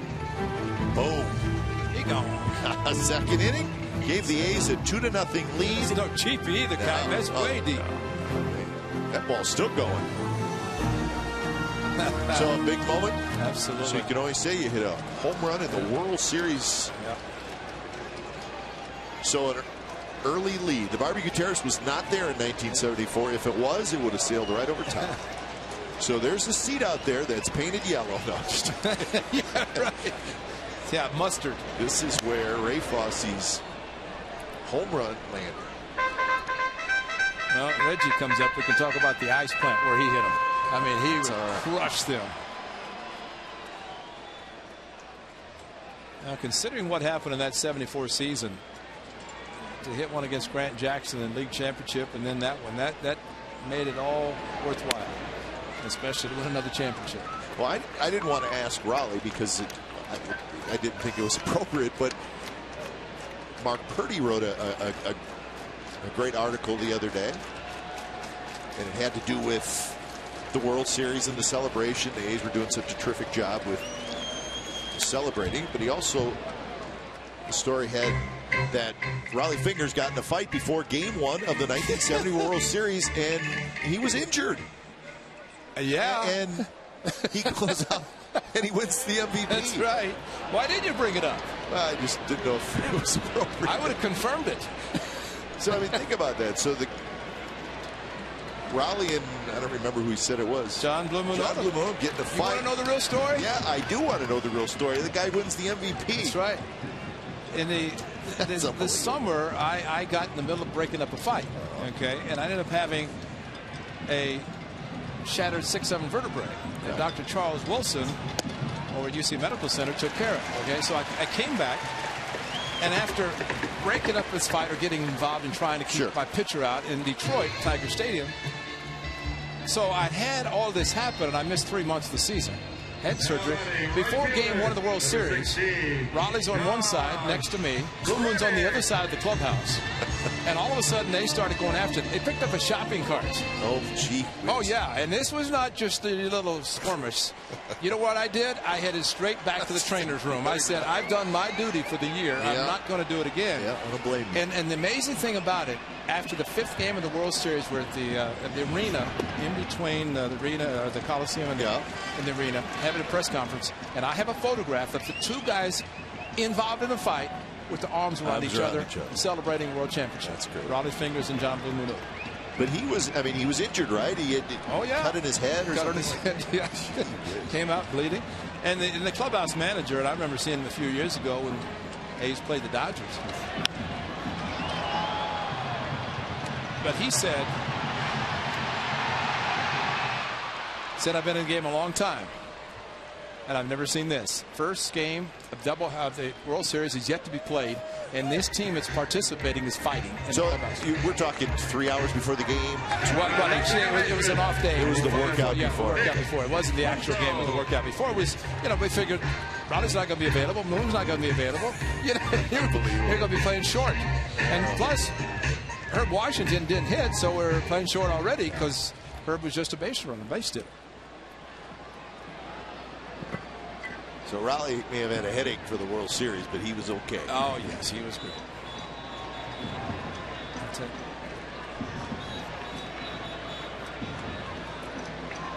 Some things I'm just not going to delve any further into. Like what two grown men could possibly be fighting about. That's none of my business. Well, as I mentioned, the key part of the conversation with Raleigh was talking about everybody riding the same bus. And seriously, there were things going back and forth, and the manager and the coaches up front, and just kind of kept quiet because everybody started getting on everybody. And I think one of the best times with Kenny Holtzman, and we hope he's doing well. He's back in the Midwest, could not make it out because of health issues, but he would wear the same Colombo type jacket. We're supposed to wear a coat and tie and jackets. He'd wear the same Colombo. And so we're on one of the city buses, I think in Milwaukee, where the windows actually open. And we connived to go like a 3-man. One guy took it, passed it to another guy. The other guy threw it out the bus. And said, go get a new jacket. But he wore the same one. So it wasn't getting a lot of dry cleaning. Yeah, well, it might have been I don't even know if it's dry clean or not. But the fact that we felt it's time for him to get a new one. Remember the Colombo? Remember the short, kind of the tan Colombo jacket? That was. But were there times when the getting on each other, whatever you want to call it, maybe went too far, and then you could see that tension started to rise a little bit? But a lot of times, and I think going into Baltimore, we were heading to the ballpark and started getting on each other, going to the park in the bus, and said, "Look out, Orioles!" The A's are, doing their normal thing on the bus. Sure. But it kind of band us together. Nobody traveled. And the hard breaking ball inside to Punto, he who walked last and first at bat. But Ron Bergman, Jim Street traveled. Glenn Schwartz. After All in the Family, remember Meathead? Glenn Schwartz was very well known. I saw the nicest man in the world. Yeah, and I said Meathead. He goes, "Oh, come on," But everybody in the '70s called him Meathead, but because of that TV program. But nobody traveled with the A's during that time. So everything we did normally during the regular season, we do it postseason. Gentry with a base hit. But what you just start doing in postseason with all the national media is that the A's are fighting. Yeah, so but it's something we did all year, and the guys who traveled would just laugh at them, say they've been doing this, so what's the big deal now? There's our guy. Did you get a good seat? Oh yeah. Behind home plate. No, those were. Did you find him? Yeah, he's right. He's right below us, down in the lower level. So 2 on, 2 out for Lowry. So opportunity for the A's. They got to run the fourth. Fastball is high. Tyler Skaggs, 72 pitches with 2 outs in the 5th.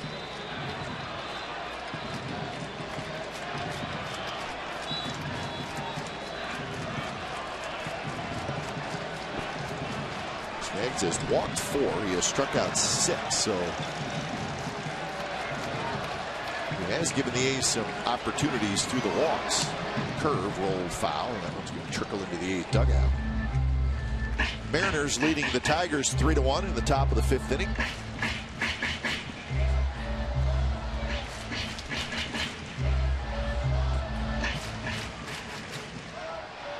Lowry tonight a walk in the 1st and a ground out in the 4th.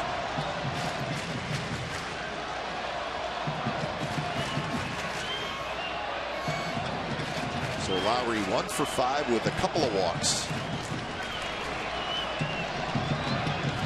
so far in the series. Shoots that one to the backstop, and now 1-2.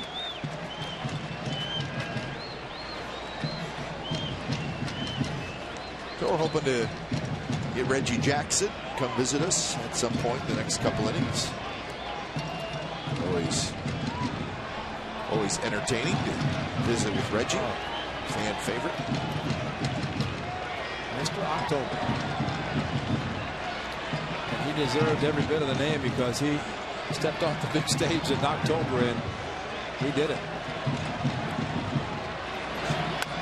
That one bounced and Pujols comes in to grab a good hop. Side retired. A's strand 2, and we're moving to the 6th inning here at the Coliseum. It's 3-1 Angels.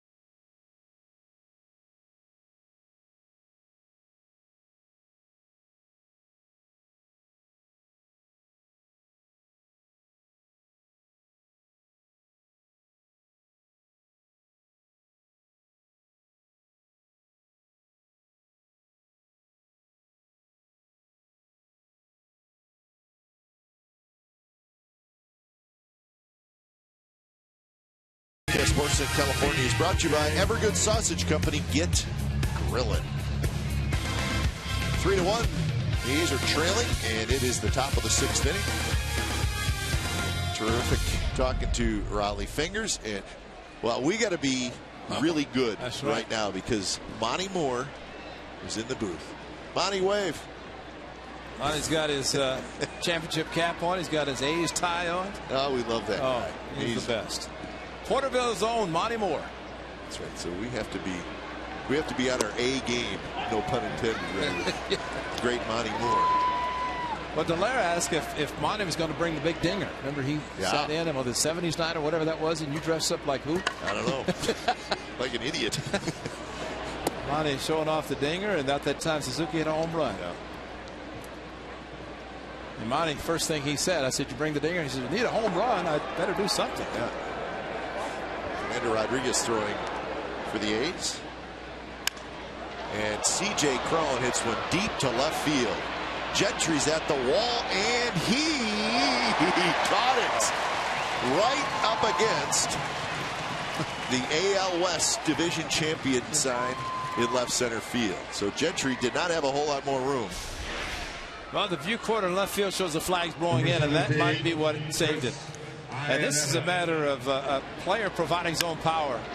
And got the ball up, and you just wondered if when it came down, if it's going to come down to the glove of Gentry, which it did, as he feeling for the wall with his right hand and got there and didn't really have to jump. Alone, watch this. Hang in there, Tommy. So 1 out for Chris Iannetta. So it's great, Ray. We hear all these stories about specific seasons, 72, 73, 74. But you turn around and you see Monty Moore, and now you're talking about A's history going back to Kansas City. That's right. I mean, he was there from pretty much day one in Kansas City. Yes. So you want to talk about some stories that can be told or maybe not told. Monty Moore is the guy to go to for A's history. Well, Monty, of course, came out 68 season, came out the offseason before, and his job was to take the players around and get introduced to the community. There he is. That's Dick Callahan, and Monty Moore, of course, working with Roy Steele, the introductions of the players. And rightfully so. I'm sure Diamond Vision gave him another standing ovation as they did for he and Roy Steele last year. But can you imagine Monty Moore coming to California with a ball club and had to tell the players they wear white shoes? And Charlie not only had the white shoes for the players on the field, but he wanted them to wear white shoes on the streets. So you have to wear white shoes. Yeah. When you go to dinner. Yeah. I remember playing when I was in Portland, and we were playing the Vancouver A's, the AAA team, and there was a big walkway that came down from the street over Multnomah Stadium, and as they were walked down, you could see the A's were in town. Everyone wearing white shoes. Every one of the AAA players wearing white shoes in the summertime. So Monty's job was to tell the guys. Yeah, you got to wear white spikes shoes and dress shoes. Yeah. White. I think Rick Mundy, who was the first ever drafted in '65, and I think he was the one that got the initial pair of shoes, and he was supposed to try them out.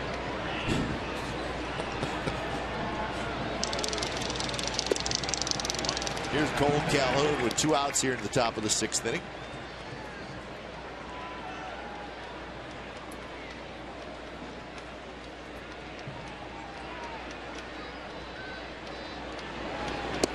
But what a treat, though, for Monty Moore back in the 70s, and you would remember this better than I, that during the World Series, they obviously had a national announcer, which was Kurt Gowdy, but didn't they take a local announcer as well? Yes, they did. So 3 consecutive World Series, they had the local announcer who was broadcasting. To right field. Reddick hustling back, spinning around, and right near the wall, he makes the catch. So a couple of long outs, and Tommy Malone gets through the top of the 6th. Bottom of the 6th coming up.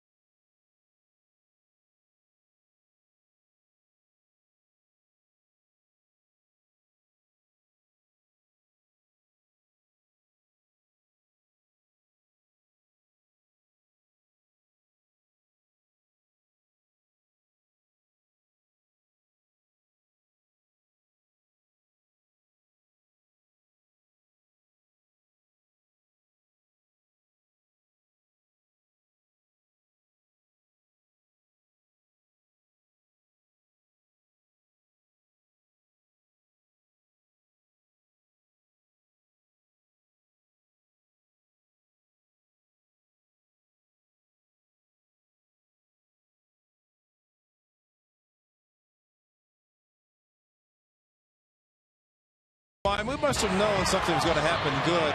And Cespedes held Ineta to a base hit to lead off the inning. And then, how about this? Throw to the plate to nail Ineta at the plate for the first out. And then he decides to close out the inning after a strikeout with another perfect throw to the plate, nailing Calhoun. And that is our AT&T U-verse rewind. And what a great inning, half inning for Yoenis Cespedes, as that was the second.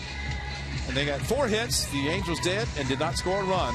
Thanks to that man, Yoenis Cespedes. Probably as big was the fact that he kept Ineta to a single, as he was not able to score from second. He should have been there possibly, but Cespedes is a double.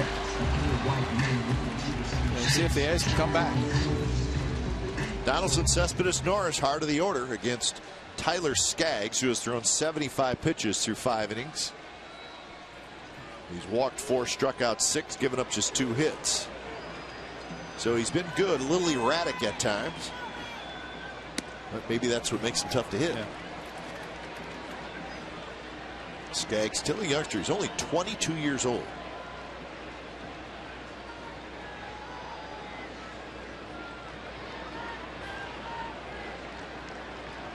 Donaldson with a strikeout and a walk.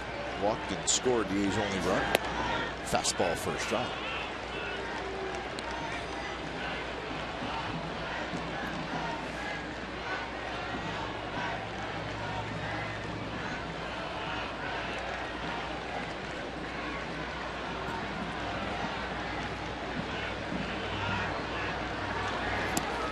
Big swing, and it's 1-2.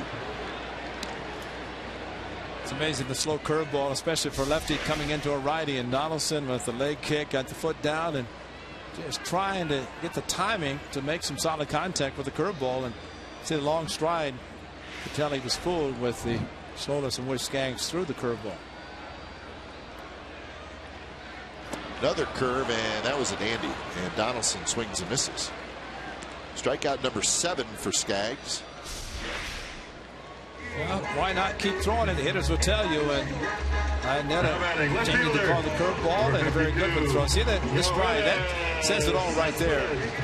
It's the timing, and I'm sure pitchers are trying to throw off the timing of Donaldson with the leg kick.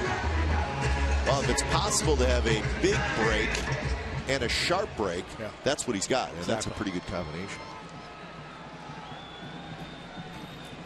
So here's Cespedes. Showed you the big night defensively for Cespedes. Offensively, he's got a pop out and a double.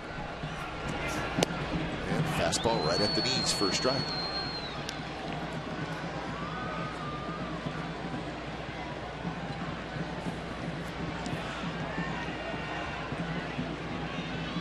Skaggs has had just 1 3-up, 3-down inning. That was the second.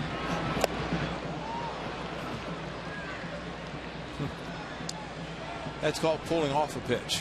Big swing by Cespedes. He's walked around the plate, but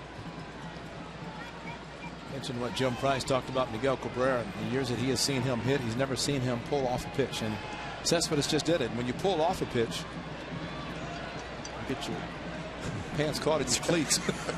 That's about as low as you can put them, huh? Might as well wrap it around that back cleat. And I think it may be wrapped around. Shout, Tommy. And I think that some of them have that elastic extension on the bottom of the pen, so they can wrap it around and keep it down. Yeah, I don't know if he's got that, but it sure looks like he's got it. I mean, it's pretty tight around the back end of that shoe. It may be hooked up to that cleat somehow. You guys did not wear it like that. Slowly toward Ibar. Throws across his body, and a nice play by the Angels shortstop. Ibar's, he's a good defensive shortstop.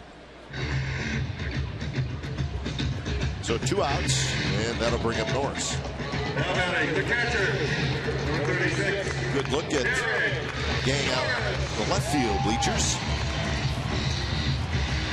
Whoever found out a couple years ago the left field bleachers and the right field bleachers weren't getting along that well. I think they patched things up a little bit. Yeah, I hope playoffs so. helped them. Yeah. Winning will bring it all together.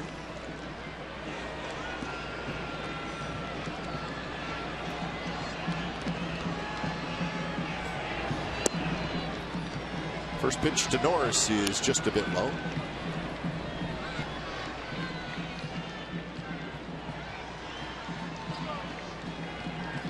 Norris with a sacrifice fly in the 4th inning for his 25th RBI.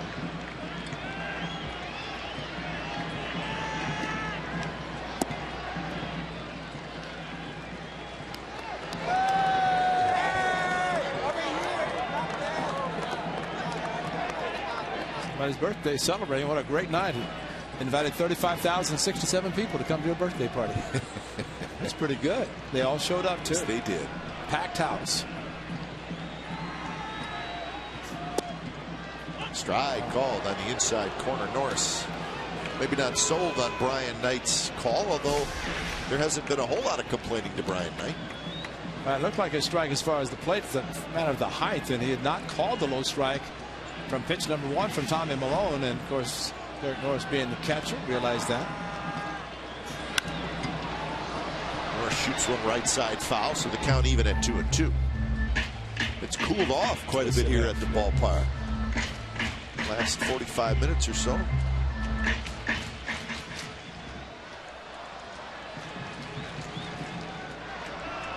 See, the sweatshirts are coming out.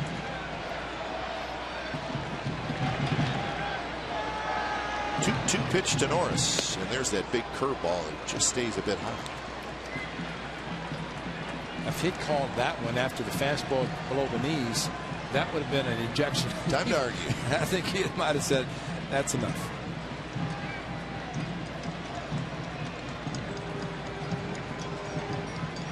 So see what Skaggs throws Norris on 3-2.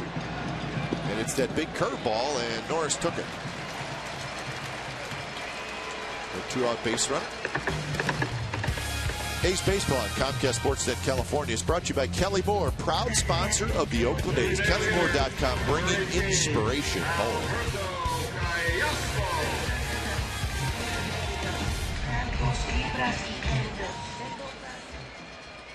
So Skaggs has now walked 5. One of those walks did score. That was Donaldson. So the A's need to take advantage of the base runners that Skaggs is giving them as Cayaspo steps in.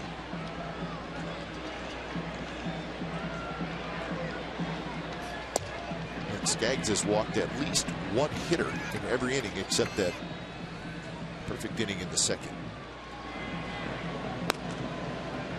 Otero and Rodriguez.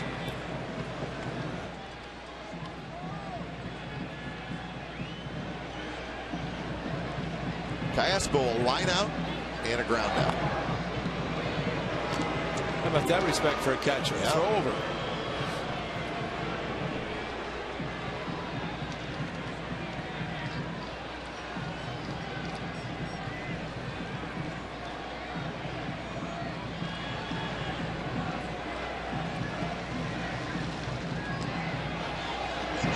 Cayaspo bounces it slowly toward Kendrick, who scoops it up, flips to first, side, retired. So we are through 6 innings. A sold-out O.co Coliseum, 3-1 Angels.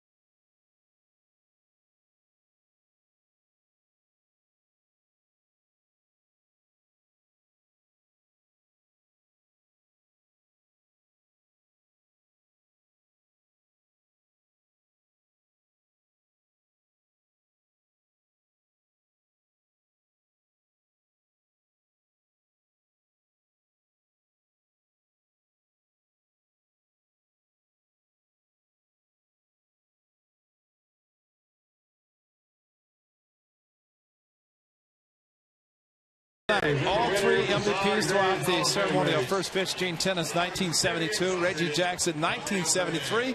And Raleigh Fingers, 1974. The three MVPs of the three consecutive World Championships. And, of course, it was those three of, is it Reddick, Moss, and Doolittle catching the ceremonial first pitches. Nice touch. Very nice touch. You know what? I'm glad I didn't have to catch one because I tried it last year with Reggie. And that's not easy to do. If you haven't caught a ball in a while, all of a sudden somebody throws one. Wow.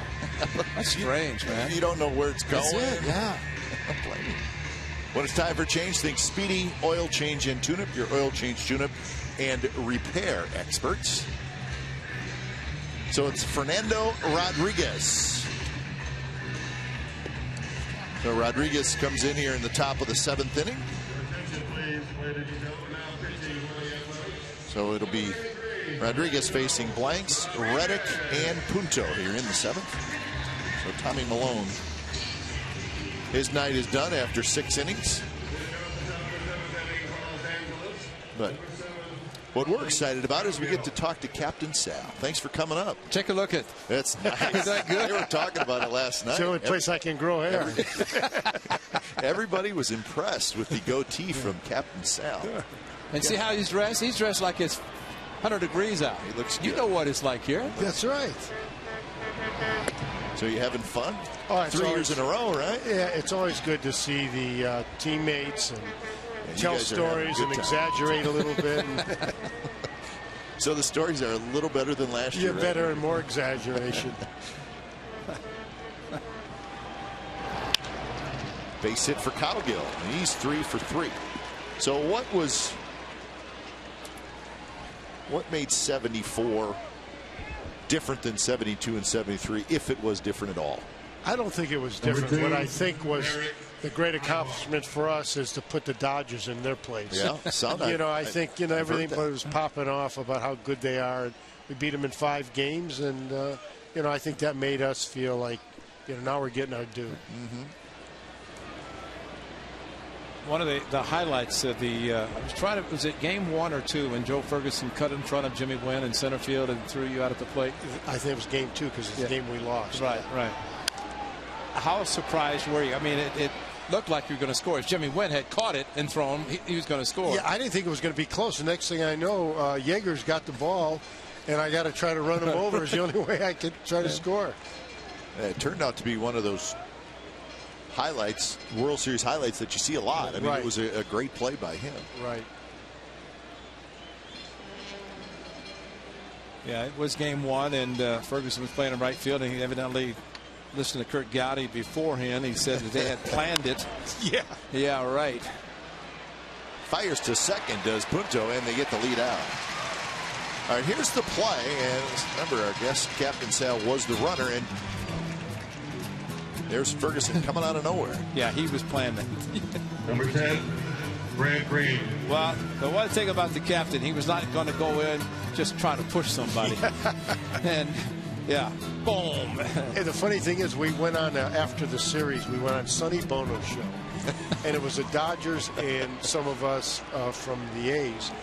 And Garvey presented me with an award for being thrown out for that long of a distance. Really? Yeah. It was supposed to be a comedy. Yeah, I didn't think it was very funny. Yeah, right. Now, did your veins start to pop out like the story I heard earlier today? Was that Raleigh example? No. I was talking about going to Dallas.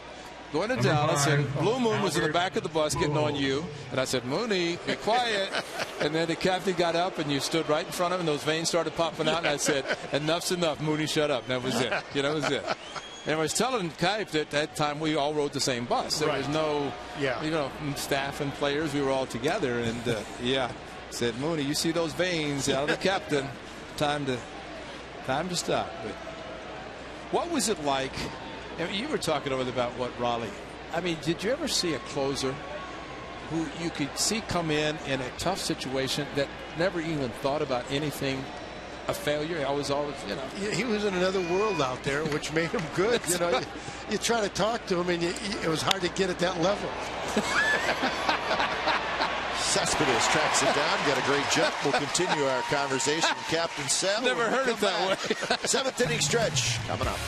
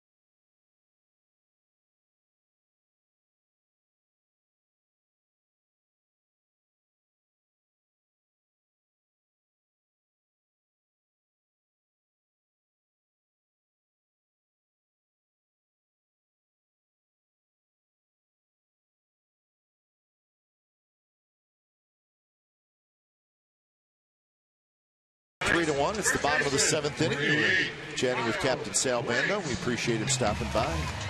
And that shot of the skipper, Bob Melvin, and I know he speaks so highly of you and you of him, but talk about that relationship when you were with Milwaukee as general manager and how you and Bob became, I guess, associated in him working for the Brewers. Well, Phil Garner, who was our manager, recommended blasted left center field, and that baby's gone. Blanks with a line drive home run, and now it's 3-2.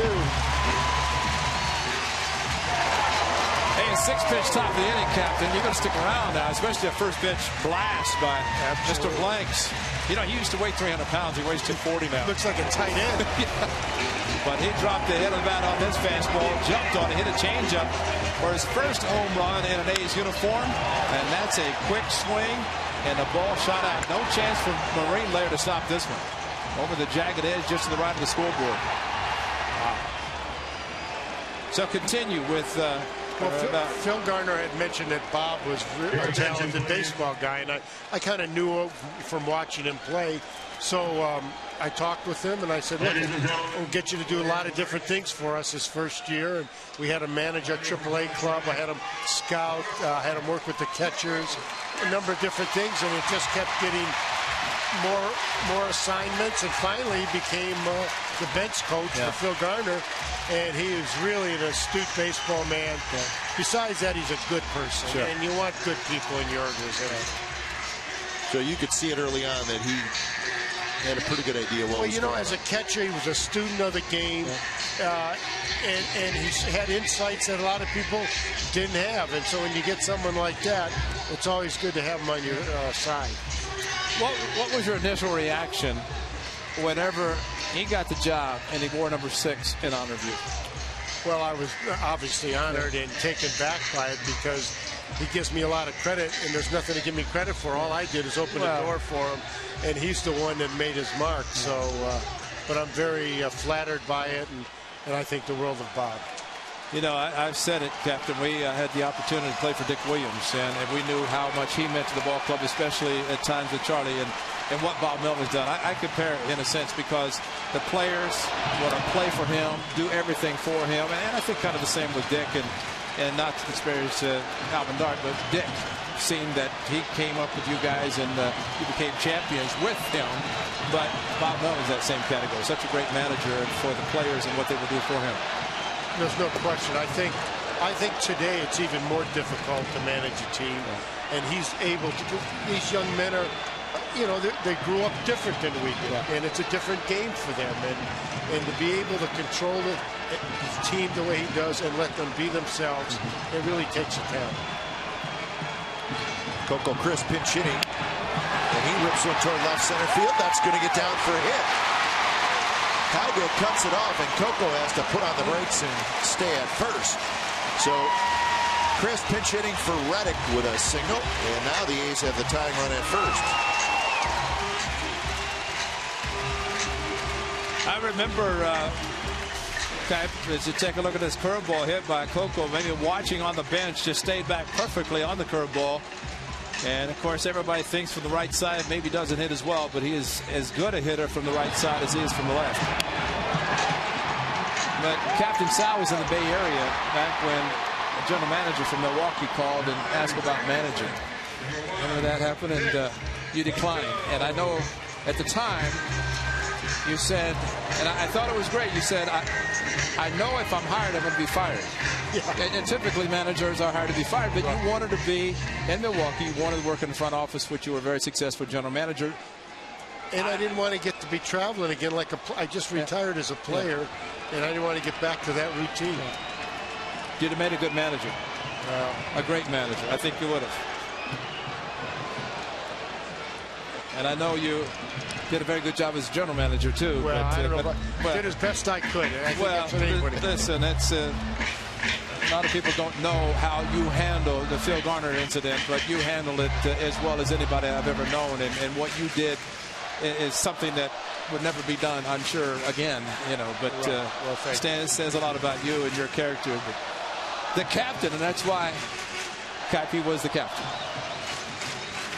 I keep thinking about those veins in his neck. He's the captain if he wants to be the captain. But, you know, I think it's interesting, too, our attorney, the late Wayne Hooper, which is a tremendous man. Sal became a great third baseman by playing racquetball or handball, racquetball with Wayne Hooper. Yeah. And, you know, your lateral range was unbelievable. He used to kill us. He'd kill me. He's like 20 years older than me. He'd be sitting in the middle and I'd be running around crazy. Don't chase the ball. But all of a sudden they said, Cap, get off the dime. Well, you got off the dime. You know, your range was unbelievable. All right, let's get a look at the captain looking good. Hey, man. He was good. He was good. Choking up. Power hitter choking up. You know, I tell Kuip in that 75 league championship series, you have about 20 dents. 20 dents in the Green Monster. Should have had a bunch of home runs. Instead, you got singles. Yeah. 1-2 the count to Punto with Gentry waiting in the on-deck circle. So you did choke up quite a bit for a power hitter. Why is that? He just felt good. I mean, when I got down at the end of the bat, it just seemed like I had too much bat, and I stood on top of the plate, so all the more I needed a shorter bat. He stood on the plate. The late Darren Johnson, DJ Captain Sal, look fastball. You want to get one? And he stands number 347. There's a base hit right field. Charging it is Calhoun, and Coco stops at second. So now the A's are really in business. They got 2 on and nobody out at the top of the order coming up. So Punto found that big hole on the right side, and that's going to do it for Tyler Stack. If you're a manager, you could be walking out like Mike Socha, pointing the bullpen. Or like last night watching him tee off. Oh, yeah. So we'll take a break as Skaggs is coming out. And when it's time for Change Think Speedy Oil Change and Tune-Up, your oil change, tune-up, and repair experts.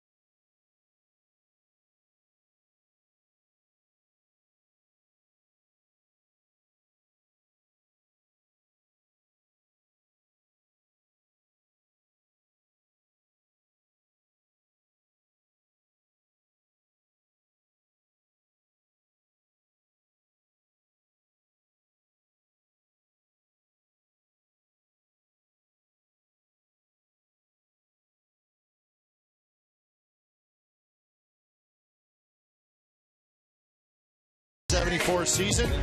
Catfish won the Cy Young 25-12. The MVP race, Joe Reedy finished second. Sailman finished third in the American League. Of course, Riley won the World Series MVP. And there was a championship on the field. And Reggie Jackson, Catfish on the Raleigh Fingers in the Hall of Fame. So you guys got to win it at home 2 years in a row, 73 and 74, which makes it a little more fun.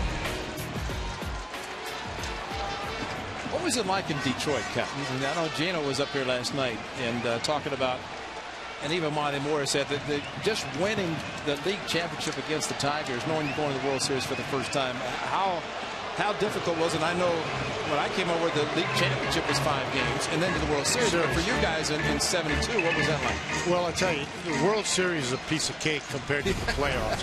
Because you get there, you've really got to your goal. Yeah. But the playoffs are so full of tension and stress.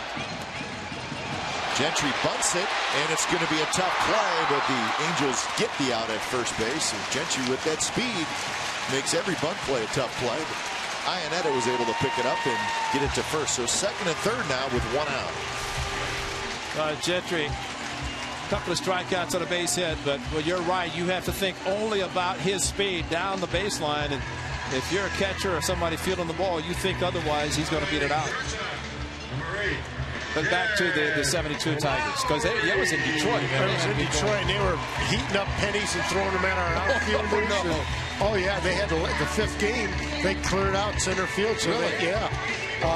It was hectic, and we had a big lead, or had a 2-run lead in the 10th inning of the 4th game, and they scored 3 runs before we even got an out. And so we went to a 5th game, and it was a lot of pressure. Yeah. What did you think when Reggie hurt his hamstring, towards hamstring, or injured it trying to make the play, and then he's not available in the World Series? World Series, and, but at that point we're saying, we miss him, but we're here. Yeah. And sure enough, our pitchers rose to the occasion and really stifled the Reds, and we scored enough runs to win. And Gino had the big series, and that made it a lot easier. So Lowry intentionally walked to face Donaldson. Watch the right hand of Gentry. Not supposed to, no, you're not supposed to wrap it around. You're supposed to have it behind the bat, and it looked like that's exactly what happened. That's scary. That's probably caused the ball to be dead. Literally. Yeah, because he had it wrapped didn't around. Get any bat. That's right. Got almost fingers. all hand. Wow. So let's keep an eye on that. I'm not sure this move, walking the second hitter to get to the third hitter. Well, to Donaldson, and of course he struck out, but those were against Skaggs and the slow curveball and trying to set up the double play, but I don't know. I know. See, that's why you're a better manager. And that one rolled foul. So Joe Smith, the sidewinding right-hander. Donaldson's numbers in the late innings: 5 home runs hit in the 7th inning or later. You see, Sal, Joe Smith was signed by the Angels a 2 or 3 year contract for a lot of money. He's not even a closer, setup man. Yeah. So that's what is happening now. The setup guys are so important because a lot of times the starter doesn't go deep, and you have to go to the setup to get to the closer. Right. But that's why we were talking to Raleigh about how he was so special, because he could go 3 or 4 innings. Yeah, exactly. He didn't pitch 1 inning. He might have had 600 saves if he just one. He might still be pitching. Yeah. The whole reason he was a reliever, he couldn't get past the national anthem. Donaldson checks his swing. So what you're saying is, if Raleigh was in an Angels uniform, he'd be in the game right now. Right? Right. Yeah, 7th inning. Yeah. It says national anthem. Well, he said the 2nd inning, but that makes it even better, the anthem. Yeah, he could get back. So Donaldson behind in the count, 1-2. Angels are thinking one thing. They're thinking ground ball double play. And it's tapped slowly. Second base. Kendrick charges, and the only out will be to first. And Coco Crisp comes in to score, and this game is tied. So Donaldson gets an RBI ground out, his 46th RBI of the year. Well, if they're going to play back for double play, you hope the hitter is not going to hit it hard enough to turn to, and Donaldson actually got jammed, and The only play for Kendrick was to go to first base. How about Darren Johnson, though? Was he great or what? Yeah, he really was. I mean, a perfect designated hitter. He came over from Phillies. And, you know, I think a lot of people talk badly about Charlie Finley, but Charlie knew how to get guys whenever he needed them. You know, Reggie used to say the great thing about playing with Oakland, he'd see all his idols that come through here one time or another. We had Willie McCovey. That's right. We had, I want to think of the big first baseman for San Diego. Yeah, I know who you mean. Yeah. He came through here. I mean, every time we turn around, we had one of those guys coming through. Cespedes fouls it to the backstop. Nate Thurman. Well, didn't Billy Williams? Billy Williams, yep. Oh, and we thought after winning 3 straight, and he never sniffed the World Series, and he comes to Oakland, he's got a chance, and then get swept in the league championship by Boston. I even think we had Juan Marichal, but I'm not positive. But you're right about McCovey because it played for both teams. Yeah. A's trying to take the lead. They've scored twice here in the 7th to tie it at 3. Fastball running right in on Cespedes. Well, I know one time you were always very quotable. I mean, you could make some statements, and this mausoleum here.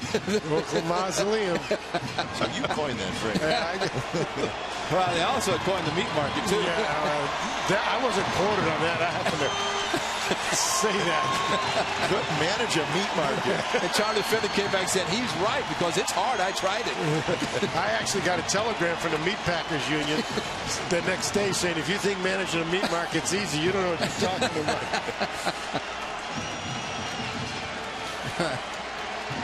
Well, Charlie was a beauty, but you're right. It just seemed like whenever a player was needed, got it. Yeah. And Vic Davalillo showed up. Darren Johnson was great. Kaifi'd always say, Sal, look, fastball, you're going to get one. Yeah. Sal and the would wait. brothers, we had all 3 of Lou at one time. But I tell you, it was a privilege to get traded over here because I'd known you prior to coming over here. But then to come from Cleveland, where your family was, and then to come to Oakland and go from a team that was destined to lose to a team that had won and would continue to win. And I know that man thinks the world of you, and so it's a great relationship that's been built here. 1-2 pitch. Rolled foul again. Kaifu were out in center field for the meet and greet. Doug McWilliams, who was around taking photographs, what a display he had up on the wall from the 1974 bats and photographs, and it was an unbelievable display. Really a talented guy. It really is nice what he did. And he donated all these things to the Hall of Fame, and then of course he said, I didn't do that, which, I mean, that was a total display of everything from 1974, which was tremendous. Cespedes drive to right. And Calhoun can't get it. It's over his head. 1 run scores. 2 runs score. Cespedes to third. He's in there with a triple.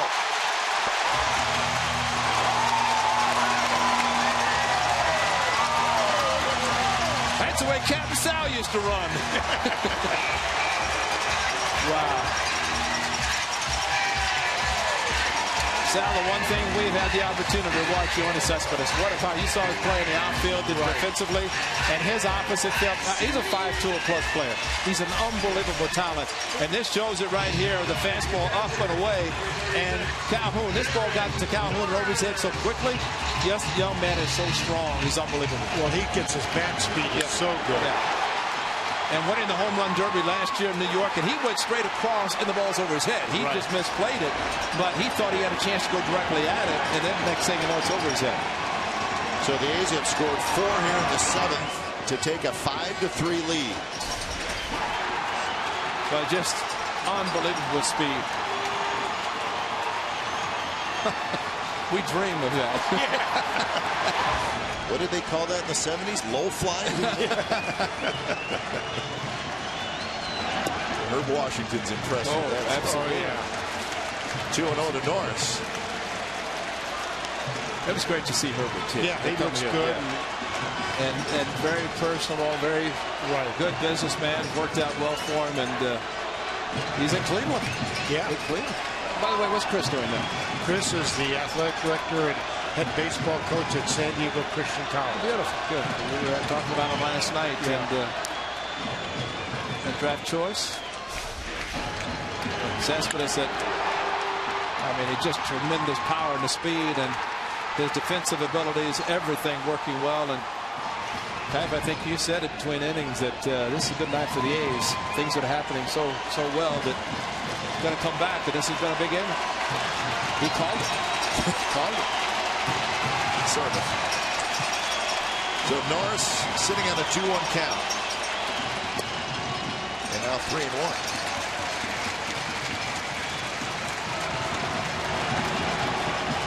Well, the sellout crowd has been given something to cheer about here in the 7th inning in a big way.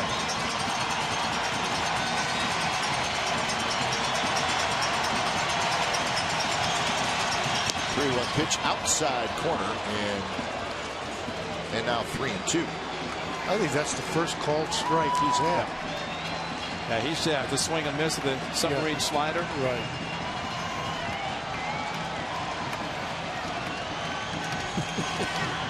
He's some beauties. I mean, it's some great fans.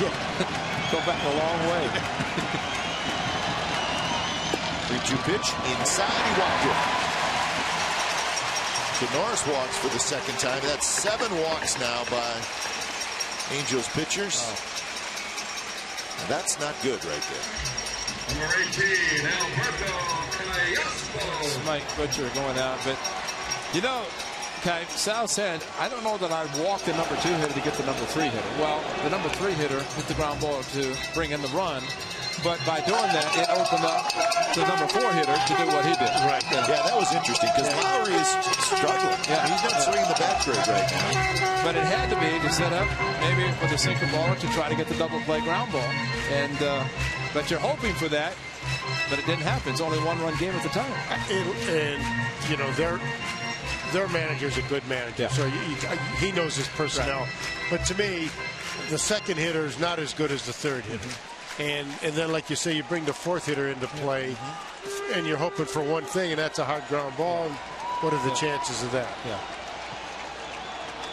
So here's Callejoso, 9th man to hit in the inning.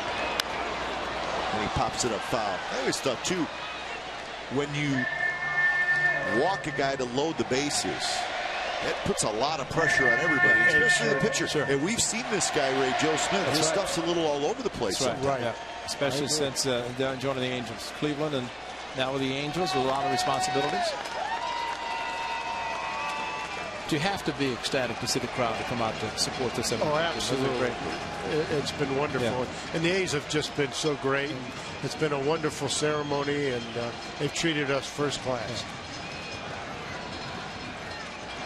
And your golf game, you must be scratched by now. Yeah, I'm scratched on it, but I do enjoy it.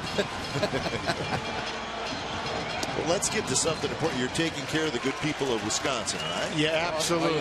Kai's is big Wisconsin. I know, it's Sturdivant's. Right. That's exactly right. Yeah.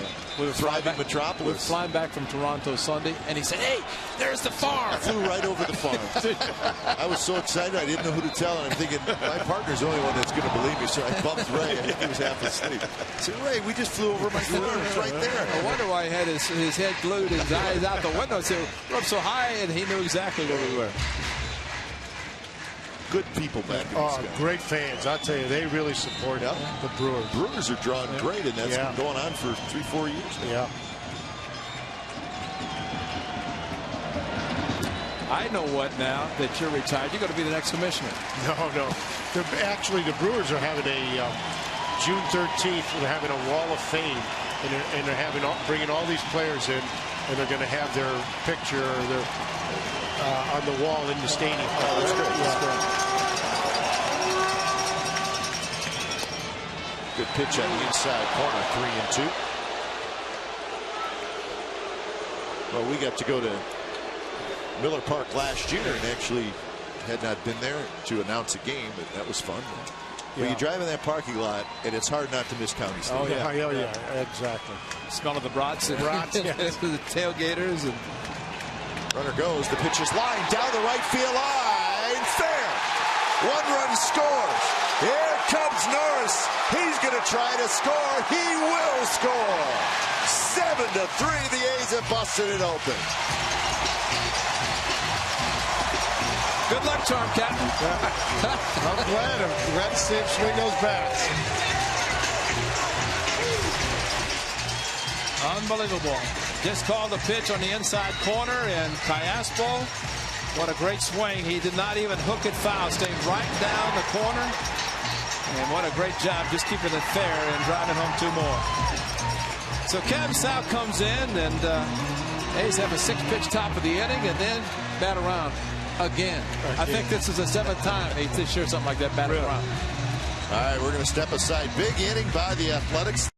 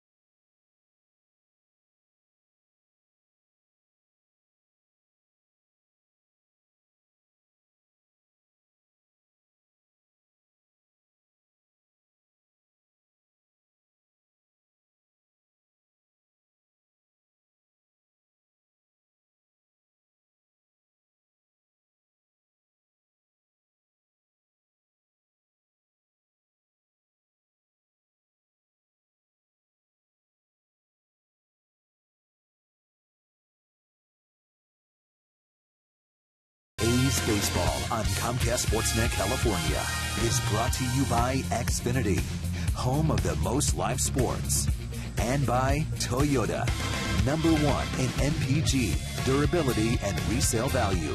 Toyota, let's go places.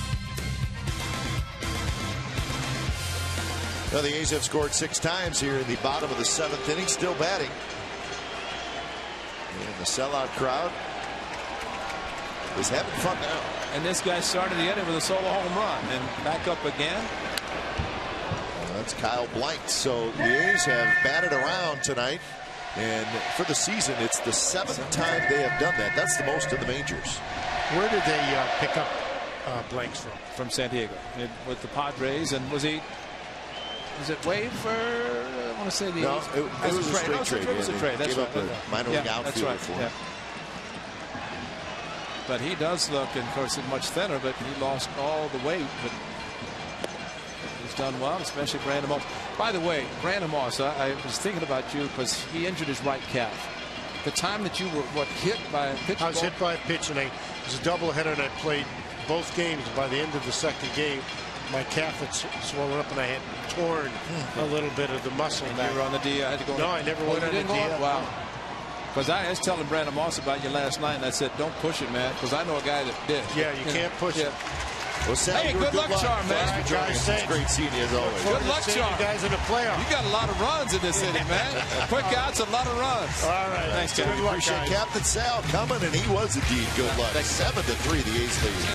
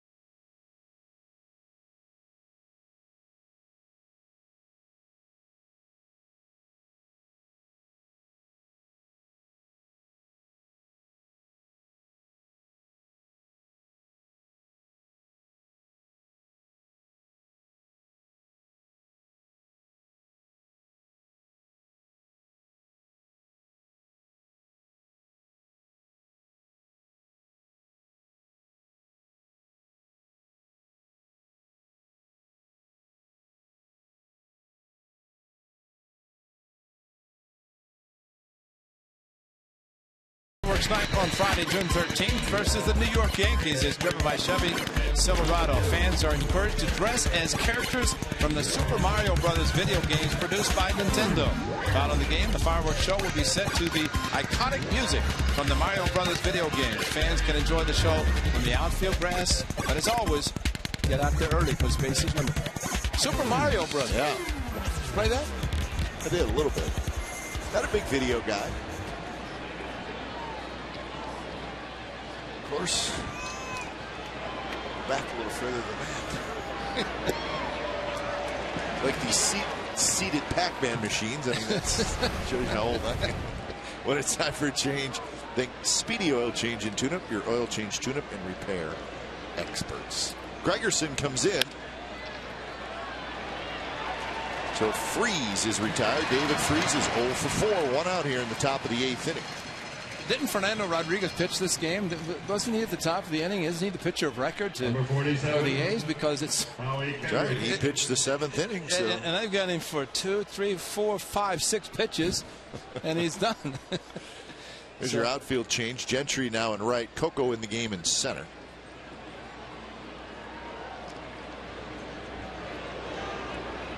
All right, Fernando Rodriguez is thinking, oh. Man, he was in and out. And he didn't know Captain Sal was up here because Captain Sal got a 6-pitch, 3 outs, and then a whole bunch of runs in the bottom half of the inning. 6 by.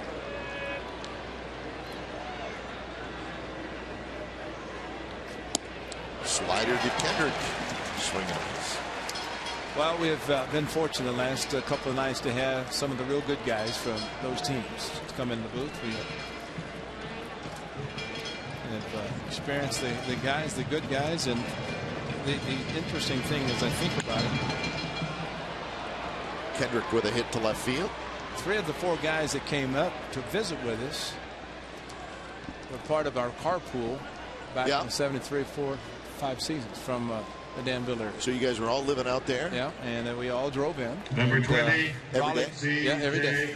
Except for Raleigh, because he was a pitcher and he had to come earlier, but not that much earlier. But yeah, we all. And when Joe lived up on the hill, San Damiano, we made him come down the hill. We wouldn't drive up to get him. We'll meet you at the bottom, Joe. So his wife Sharon bring him down. Like a school bus. Just wait at the end of the road. But they did get me, and they laugh about it till to this day. And as we played in one of the first night games at the Coliseum, and during the daytime out in Danville, there, it was nice and warm, so I came out with a short sleeve shirt, and they had jackets, and I, what's going on with you guys? And they were laughing at me. Came out after the game, freezing to death. It was cold. That Marine layer came in. He said, "Now you know." Nice play.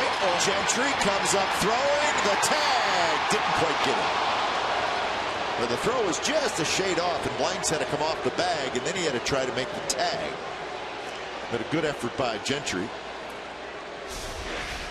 Well, Kendrick got so far off the back thinking it was a base hit, and Gentry, the ball just kept tailing Blanks, having to come off. Otherwise, if he throws it to the bag, it's going to be a double play. Now, I saw Chip Hale on the phone. I wonder if they think they got him and they're going to challenge it, as Gregerson staying off the mound. It looked like it missed him. His hand got on the bag, so I think play can resume. But Your attention, please. Looked like there was some hesitancy on them getting back. Great effort by Craig Gentry. Number 28, Raul Ibanez. So Raul Ibanez is going to hit. He's hitting for Iannetta.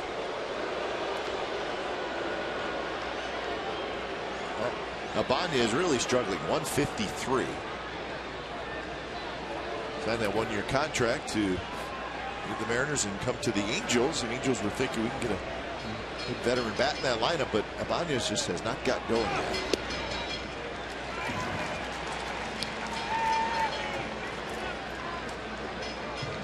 So Ibanez will hit here in the 8th inning.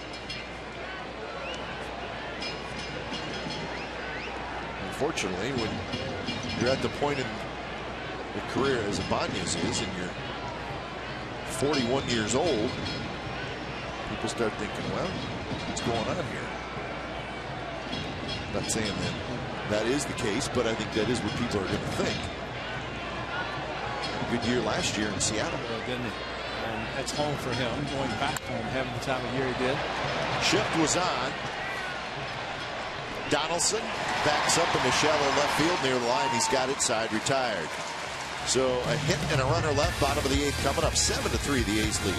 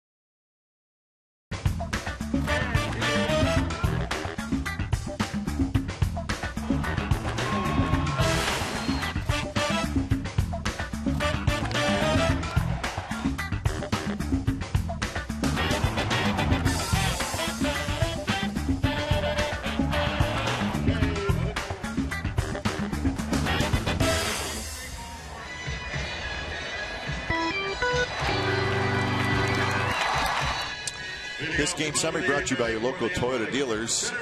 The 6th spot by the A's in the 7th inning is what jumps out, and they entered that inning trailing 3-1. They left the inning up 7-3, and Tyler Skaggs, who was good until I think he ran out of gas a little bit in the 7th and ends up giving up 4 earned runs. Tommy Malone left after 6, and Cespedes has put on a show in the outfield and at the plate. A double, a triple, and he threw out 2 runners at the plate in the same inning. When it's time for change, think Speedy Oil Change and Tune-Up, your oil change, tune-up, and repair experts. So Coco Crisp hits. Coco pinch hit for Reddick last inning and got a base hit. Hank Conger comes in the game behind the plate. And Michael Kahn is the new pitcher.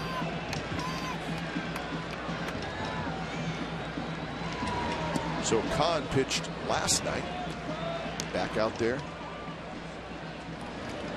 Montero's throwing in the 8th bullpen. Kahn threw 15 pitches through the bottom of the 8th last night. Same tonight.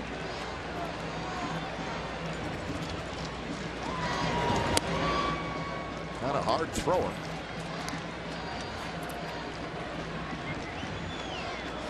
Mariners still leading the Tigers. It's 3-2 in the top of the 8th inning.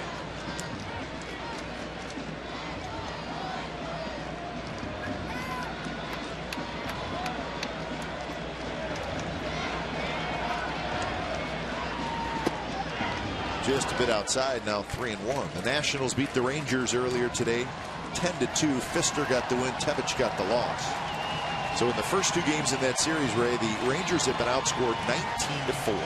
Amazing. And, you know, the real problem for the Rangers, and injuries happen. They've had their big share of injuries that they play through it, but to sustain a certain momentum, you just eventually figure that you don't have the key ingredients to the ball club, and guys can only do so much. And it's like your talent level keeps getting chipped away, and then your depth gets chipped away. It's just like a team that falls behind to sustain this winning over and over and over to overtake. I mean, again, mentioned earlier about the Dodgers, 42-8 last year. You just don't see that in baseball. I mean, they did it. Shouldn't expect to do it again. Exactly, and they probably won't. I mean, it's just one of those freak things that happen. But if you fall behind, and that's why it's so important to try to get the lead and let everybody chase you, because trying to chase everybody, and the other team that's ahead, they just play good baseball. Then you go head-to-head, as the Angels are now against the A's, and you know, they say it's not a big weekend series, but in a sense it is, sure, because these two clubs always seem to play good baseball, close games, and over the course of the last 10, 12 years, the record is almost identical. The Orioles beat the Astros today 4-1, so that breaks up the Astros' 7-game winning streak. The story on that one was Nelson Cruz, who hit his 20th home run. He had 3 RBIs. So Nelson Cruz leads the American League in home runs with 20 and RBIs with 52. So that's looking like a terrific signing by the Orioles. Toronto beat the Royals 12-2. More runs for the Blue Jays. They just keep racking up runs. 7 runs in the first inning for the Blue Jays.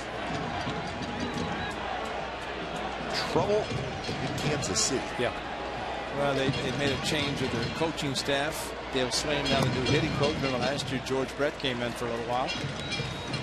But they say 5 different hitting coaches in the last 2 years, 3 years, yeah, 2.5. Yeah. That's a lot. And the big story is that they hit 2 home runs in a game, because they are the bottom of the barrel when it comes to long ball. And talent on that team, but they just haven't gotten rolled. And a very tough division, as we just saw the Tigers, and you know they have a lead, and they've been playing not such great baseball for the last 10 days, especially coming out of Boston. But yet they still maintain their 5+ lead. Nobody else is doing anything in that division. But tonight the White Sox lost, the Royals lost, the Twins lost, and the Indians won.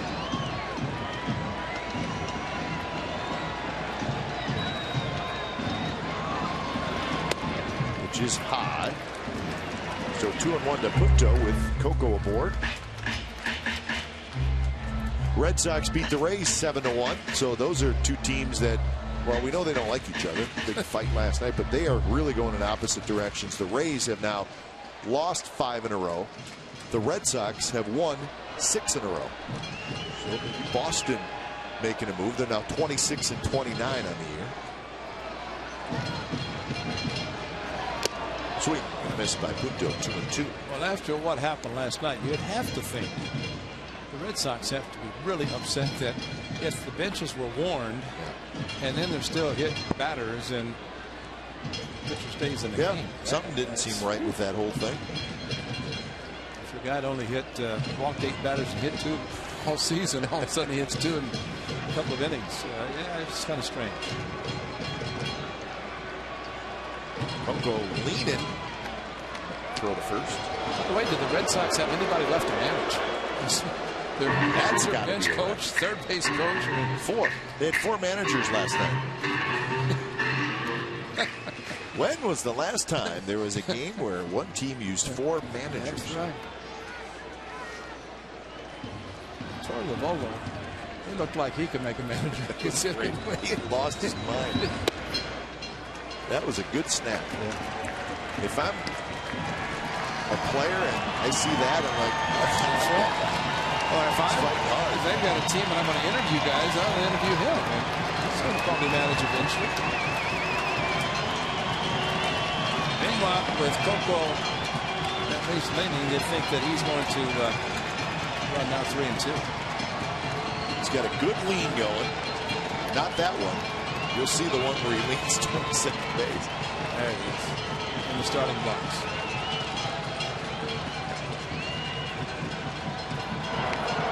Michael Kahn keeping a close eye on Coco.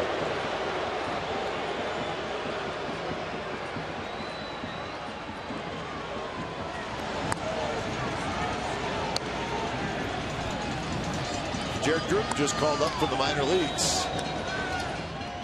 So he's warming up in a big league bullpen for the first time. Coco runs, swing and a miss. Conger's throw is right, and Coco has a stolen base. So Punto strikes out. Crisp steals second. What is that they say? Good base stealers say they never steal on a catcher. Well, there's a perfect example. And of course, Con thinking about the hitter, high leg kick, big wind up, and Coco almost could have walked a second. Punto trying to make contact, could not, but Coco an easy stolen base.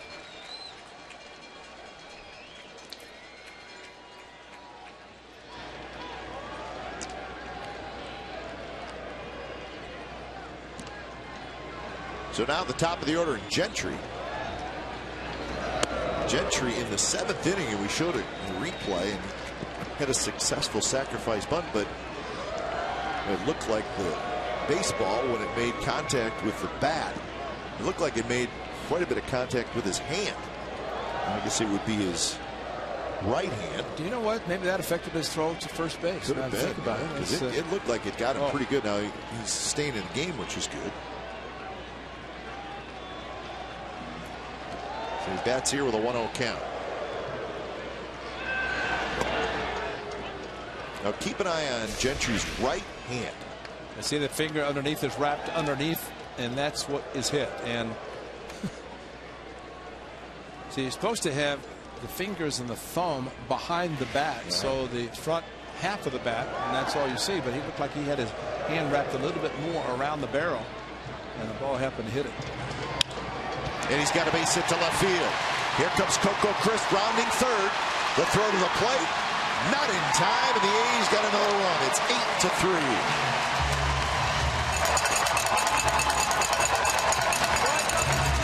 Now you want to watch a base runner cut the corner at third. That's right. Watch Coco Crisp. Steals a base and then a hanging breaking ball, and Gentry all over it. And you're right, Kai, because this ball into the gap, and the ball's almost in Grant Green's hand. He cut it. He barely hit to the grass. Watch when he rounds the bag. And think back to Iannetta. He just barely hit the grass from the running path.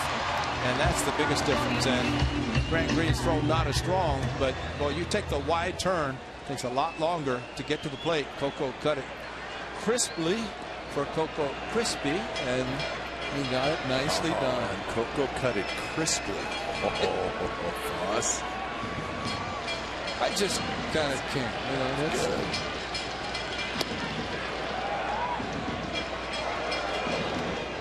So another run for the A's. Gentry gets his 3rd RBI of the year, so Gentry's got a couple of hits.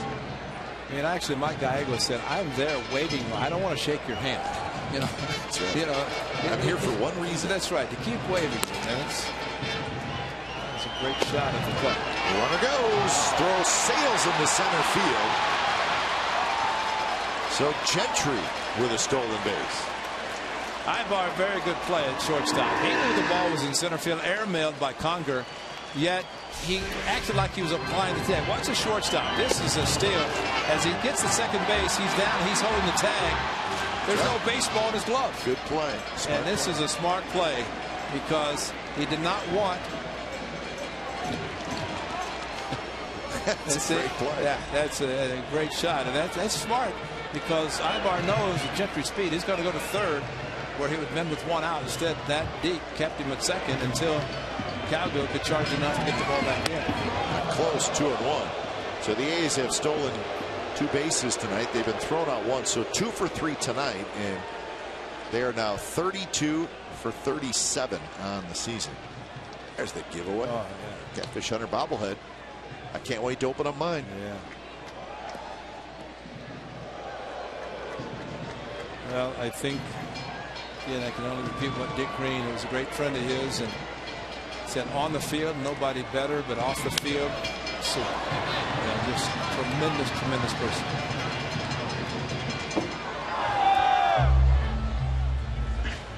So Catfish Hunter won the American League Cy Young Award in 1974, 25-12. So the record is always fun to look at in the area, but the best part to look at is the innings And the complete games, 318 with 23 complete games. Hey, you know what? I don't think that stat cat knew anything about the old whip.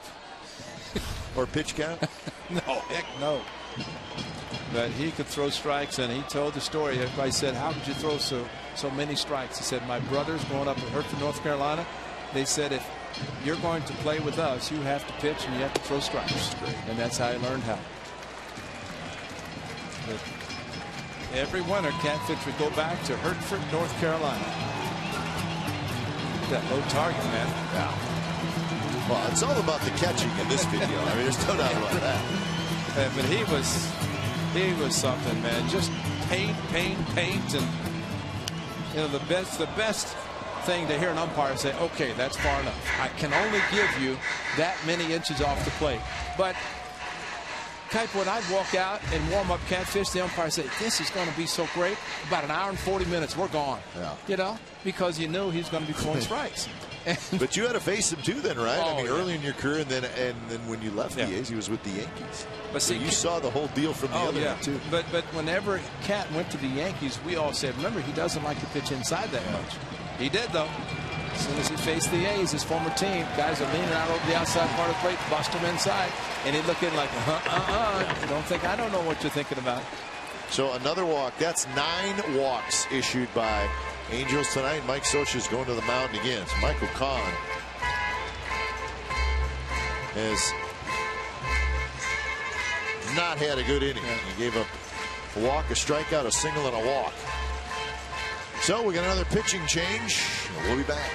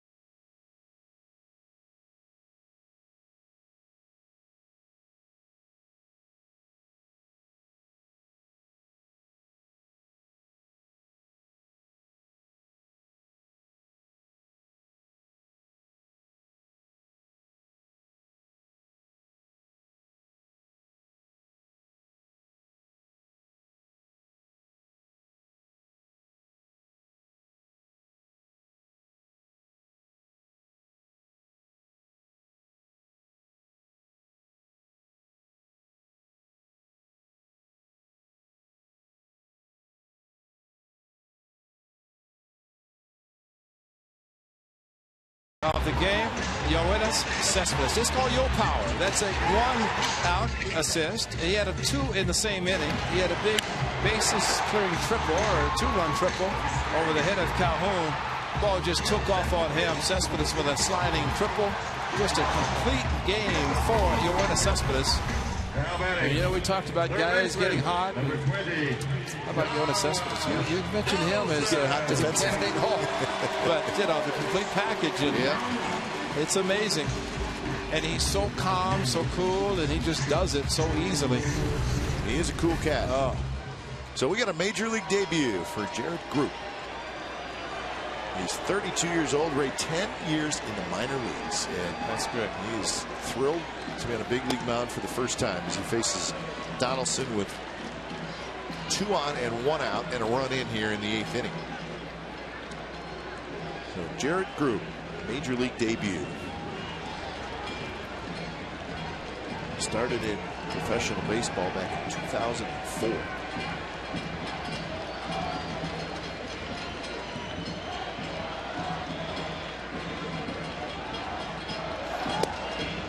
In for a strike to Donaldson. Donaldson is 0 for 3, but he has walked, he has scored a run, and he has knocked in a run. So even on a night when he doesn't have a hit, he has still scored and knocked one in. He's got 46 RBIs now on the season. And he shoots one to third. Freese has it, and everybody scrambles back. So Freese had a shot right at him, and he grabbed it. Hot corner. This is hot corner. He's playing deep, and actually he's thinking about trying to double off Gentry at second. Wow, that ball must have knuckled him or something. Instead of turning the glove one way, he had to reach back another to make the play. That had to hurt his hand too. Cool night, hitting the pocket. So here's Cespedes, the big night, a double, a triple. That triple knocked him 2. Of course, earlier in the game, in the second inning, it's just hard for a defensive player just because they don't get that many opportunities. But you make one great play in an inning, that's pretty good. He made a nice play to cut a ball off. And then he threw 2 runners out at home plate. And you it was amazing. Put a little check beside the first 2 because they were barehanded. And then he threw it back in underhanded, which is yeah. I'm a big fan. I mean, that's a great game just in 1/2 inning, and then also, oh, here's a triple and a double, scored a run.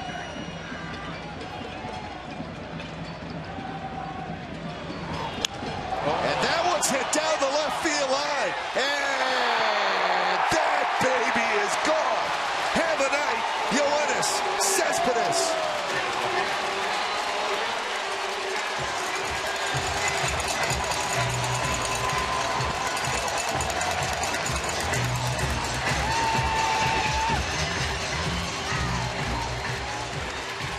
Wow.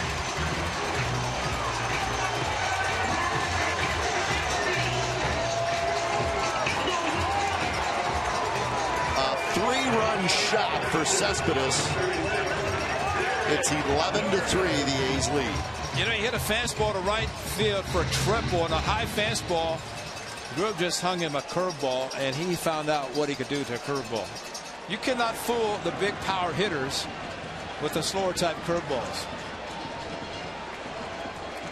So Cespedes has 5 RBIs tonight. He's got a double, a triple, a homer. Norris lines out. Side retired. What a night for Yoenis Cespedes. It's official. We are in.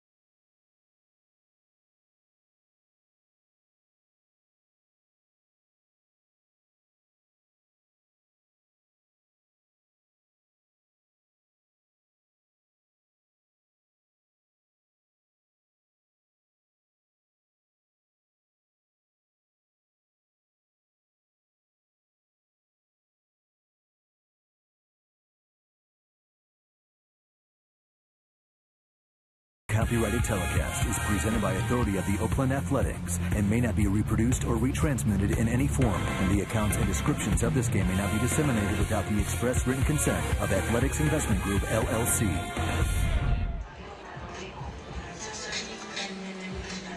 Well, in front of a sellout crowd tonight, the A's are putting on a show late. It's 11-3, and this was Cespedes down the left field line and gone. You know, I think Sal Bando, when he was in the booth, said it best. The bat speed is unbelievable. And we have seen it, the triple to right field and now this home run. And just getting through this hitting zone with the quickness of the bat. Look at this shot. Great slow-mo on that. And just crushed. So Fernando Abad will try to wrap this one up. We'll face Calhoun, Cowgill, and Ibar.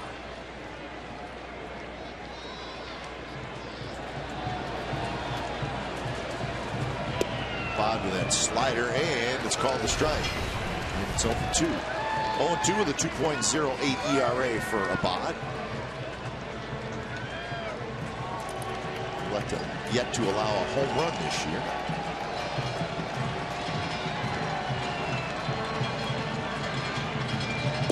Angels have actually out-hit the A's 11-9. Remember, they had 6 hits in the first 2 innings and did not score. Thanks to Cespedes. Well, Tommy Malone got a double play. This Grant Green was in the 4th inning and then retired the last 6 he faced. Fastball, and Calhoun, no chance. 1 out.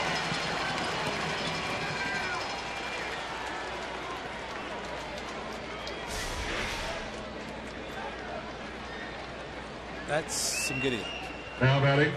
Good fastball, lefty on lefty, very difficult to hit.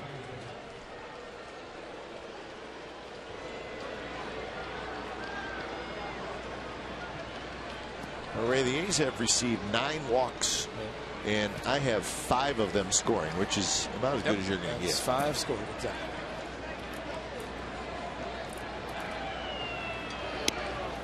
And let's look back in the 7th inning when Lowry was intentionally walked. He scored. Well, that was whether it was the right or wrong move. Well, the inning says no, but it's a strategic move. Yeah, but that was important. It was very important, and they were looking for double play and set up the possibility. And the question about why the Cespedes get a chance to hit first base was open. So I mean, there's a lot of things that go on in a game, and the old game within the game, as they say. Cespedes makes the catch. So 2 outs. Well, join us tomorrow. The A's will wrap up this series and the homestand, and it's going to be a marquee pitching matchup. Jared Weaver against Sonny Gray. Just look at the record and the ERA, and that's pretty much all you need to know. Our coverage begins at 12:30 with A's pregame live. You're going to get complete A's coverage every night on Sportsnet Central, and check out CSNCalifornia.com. The home of A's baseball is Comcast Sportsnet. And then we'll be back with you tomorrow. We'll be back with you on Tuesday is what I'm trying to say from Yankee Stadium. East Coast road trip for the A's. New York, Baltimore, and then back to Anaheim on a 9-game trip. But join us tomorrow. It's going to be a beautiful day at the ballpark and a great pitching matchup.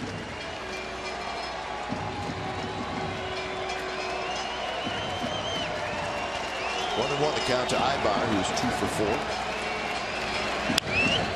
And that one's bounced to third. Donaldson has it, and that's the ball game. So a night that started with a terrific celebration ends with Yoenis Cespedes putting on a show. So the A's busted it open late, and it was pretty impressive. They scored 6 runs in the 7th. They scored 4 runs in the 8th, and when it was all said and done, the A's had an 11-3 win over the Angels. So the A's now lead the West by 3.5 games over the Angels. You've been watching A's baseball on Comcast Sportsnet California.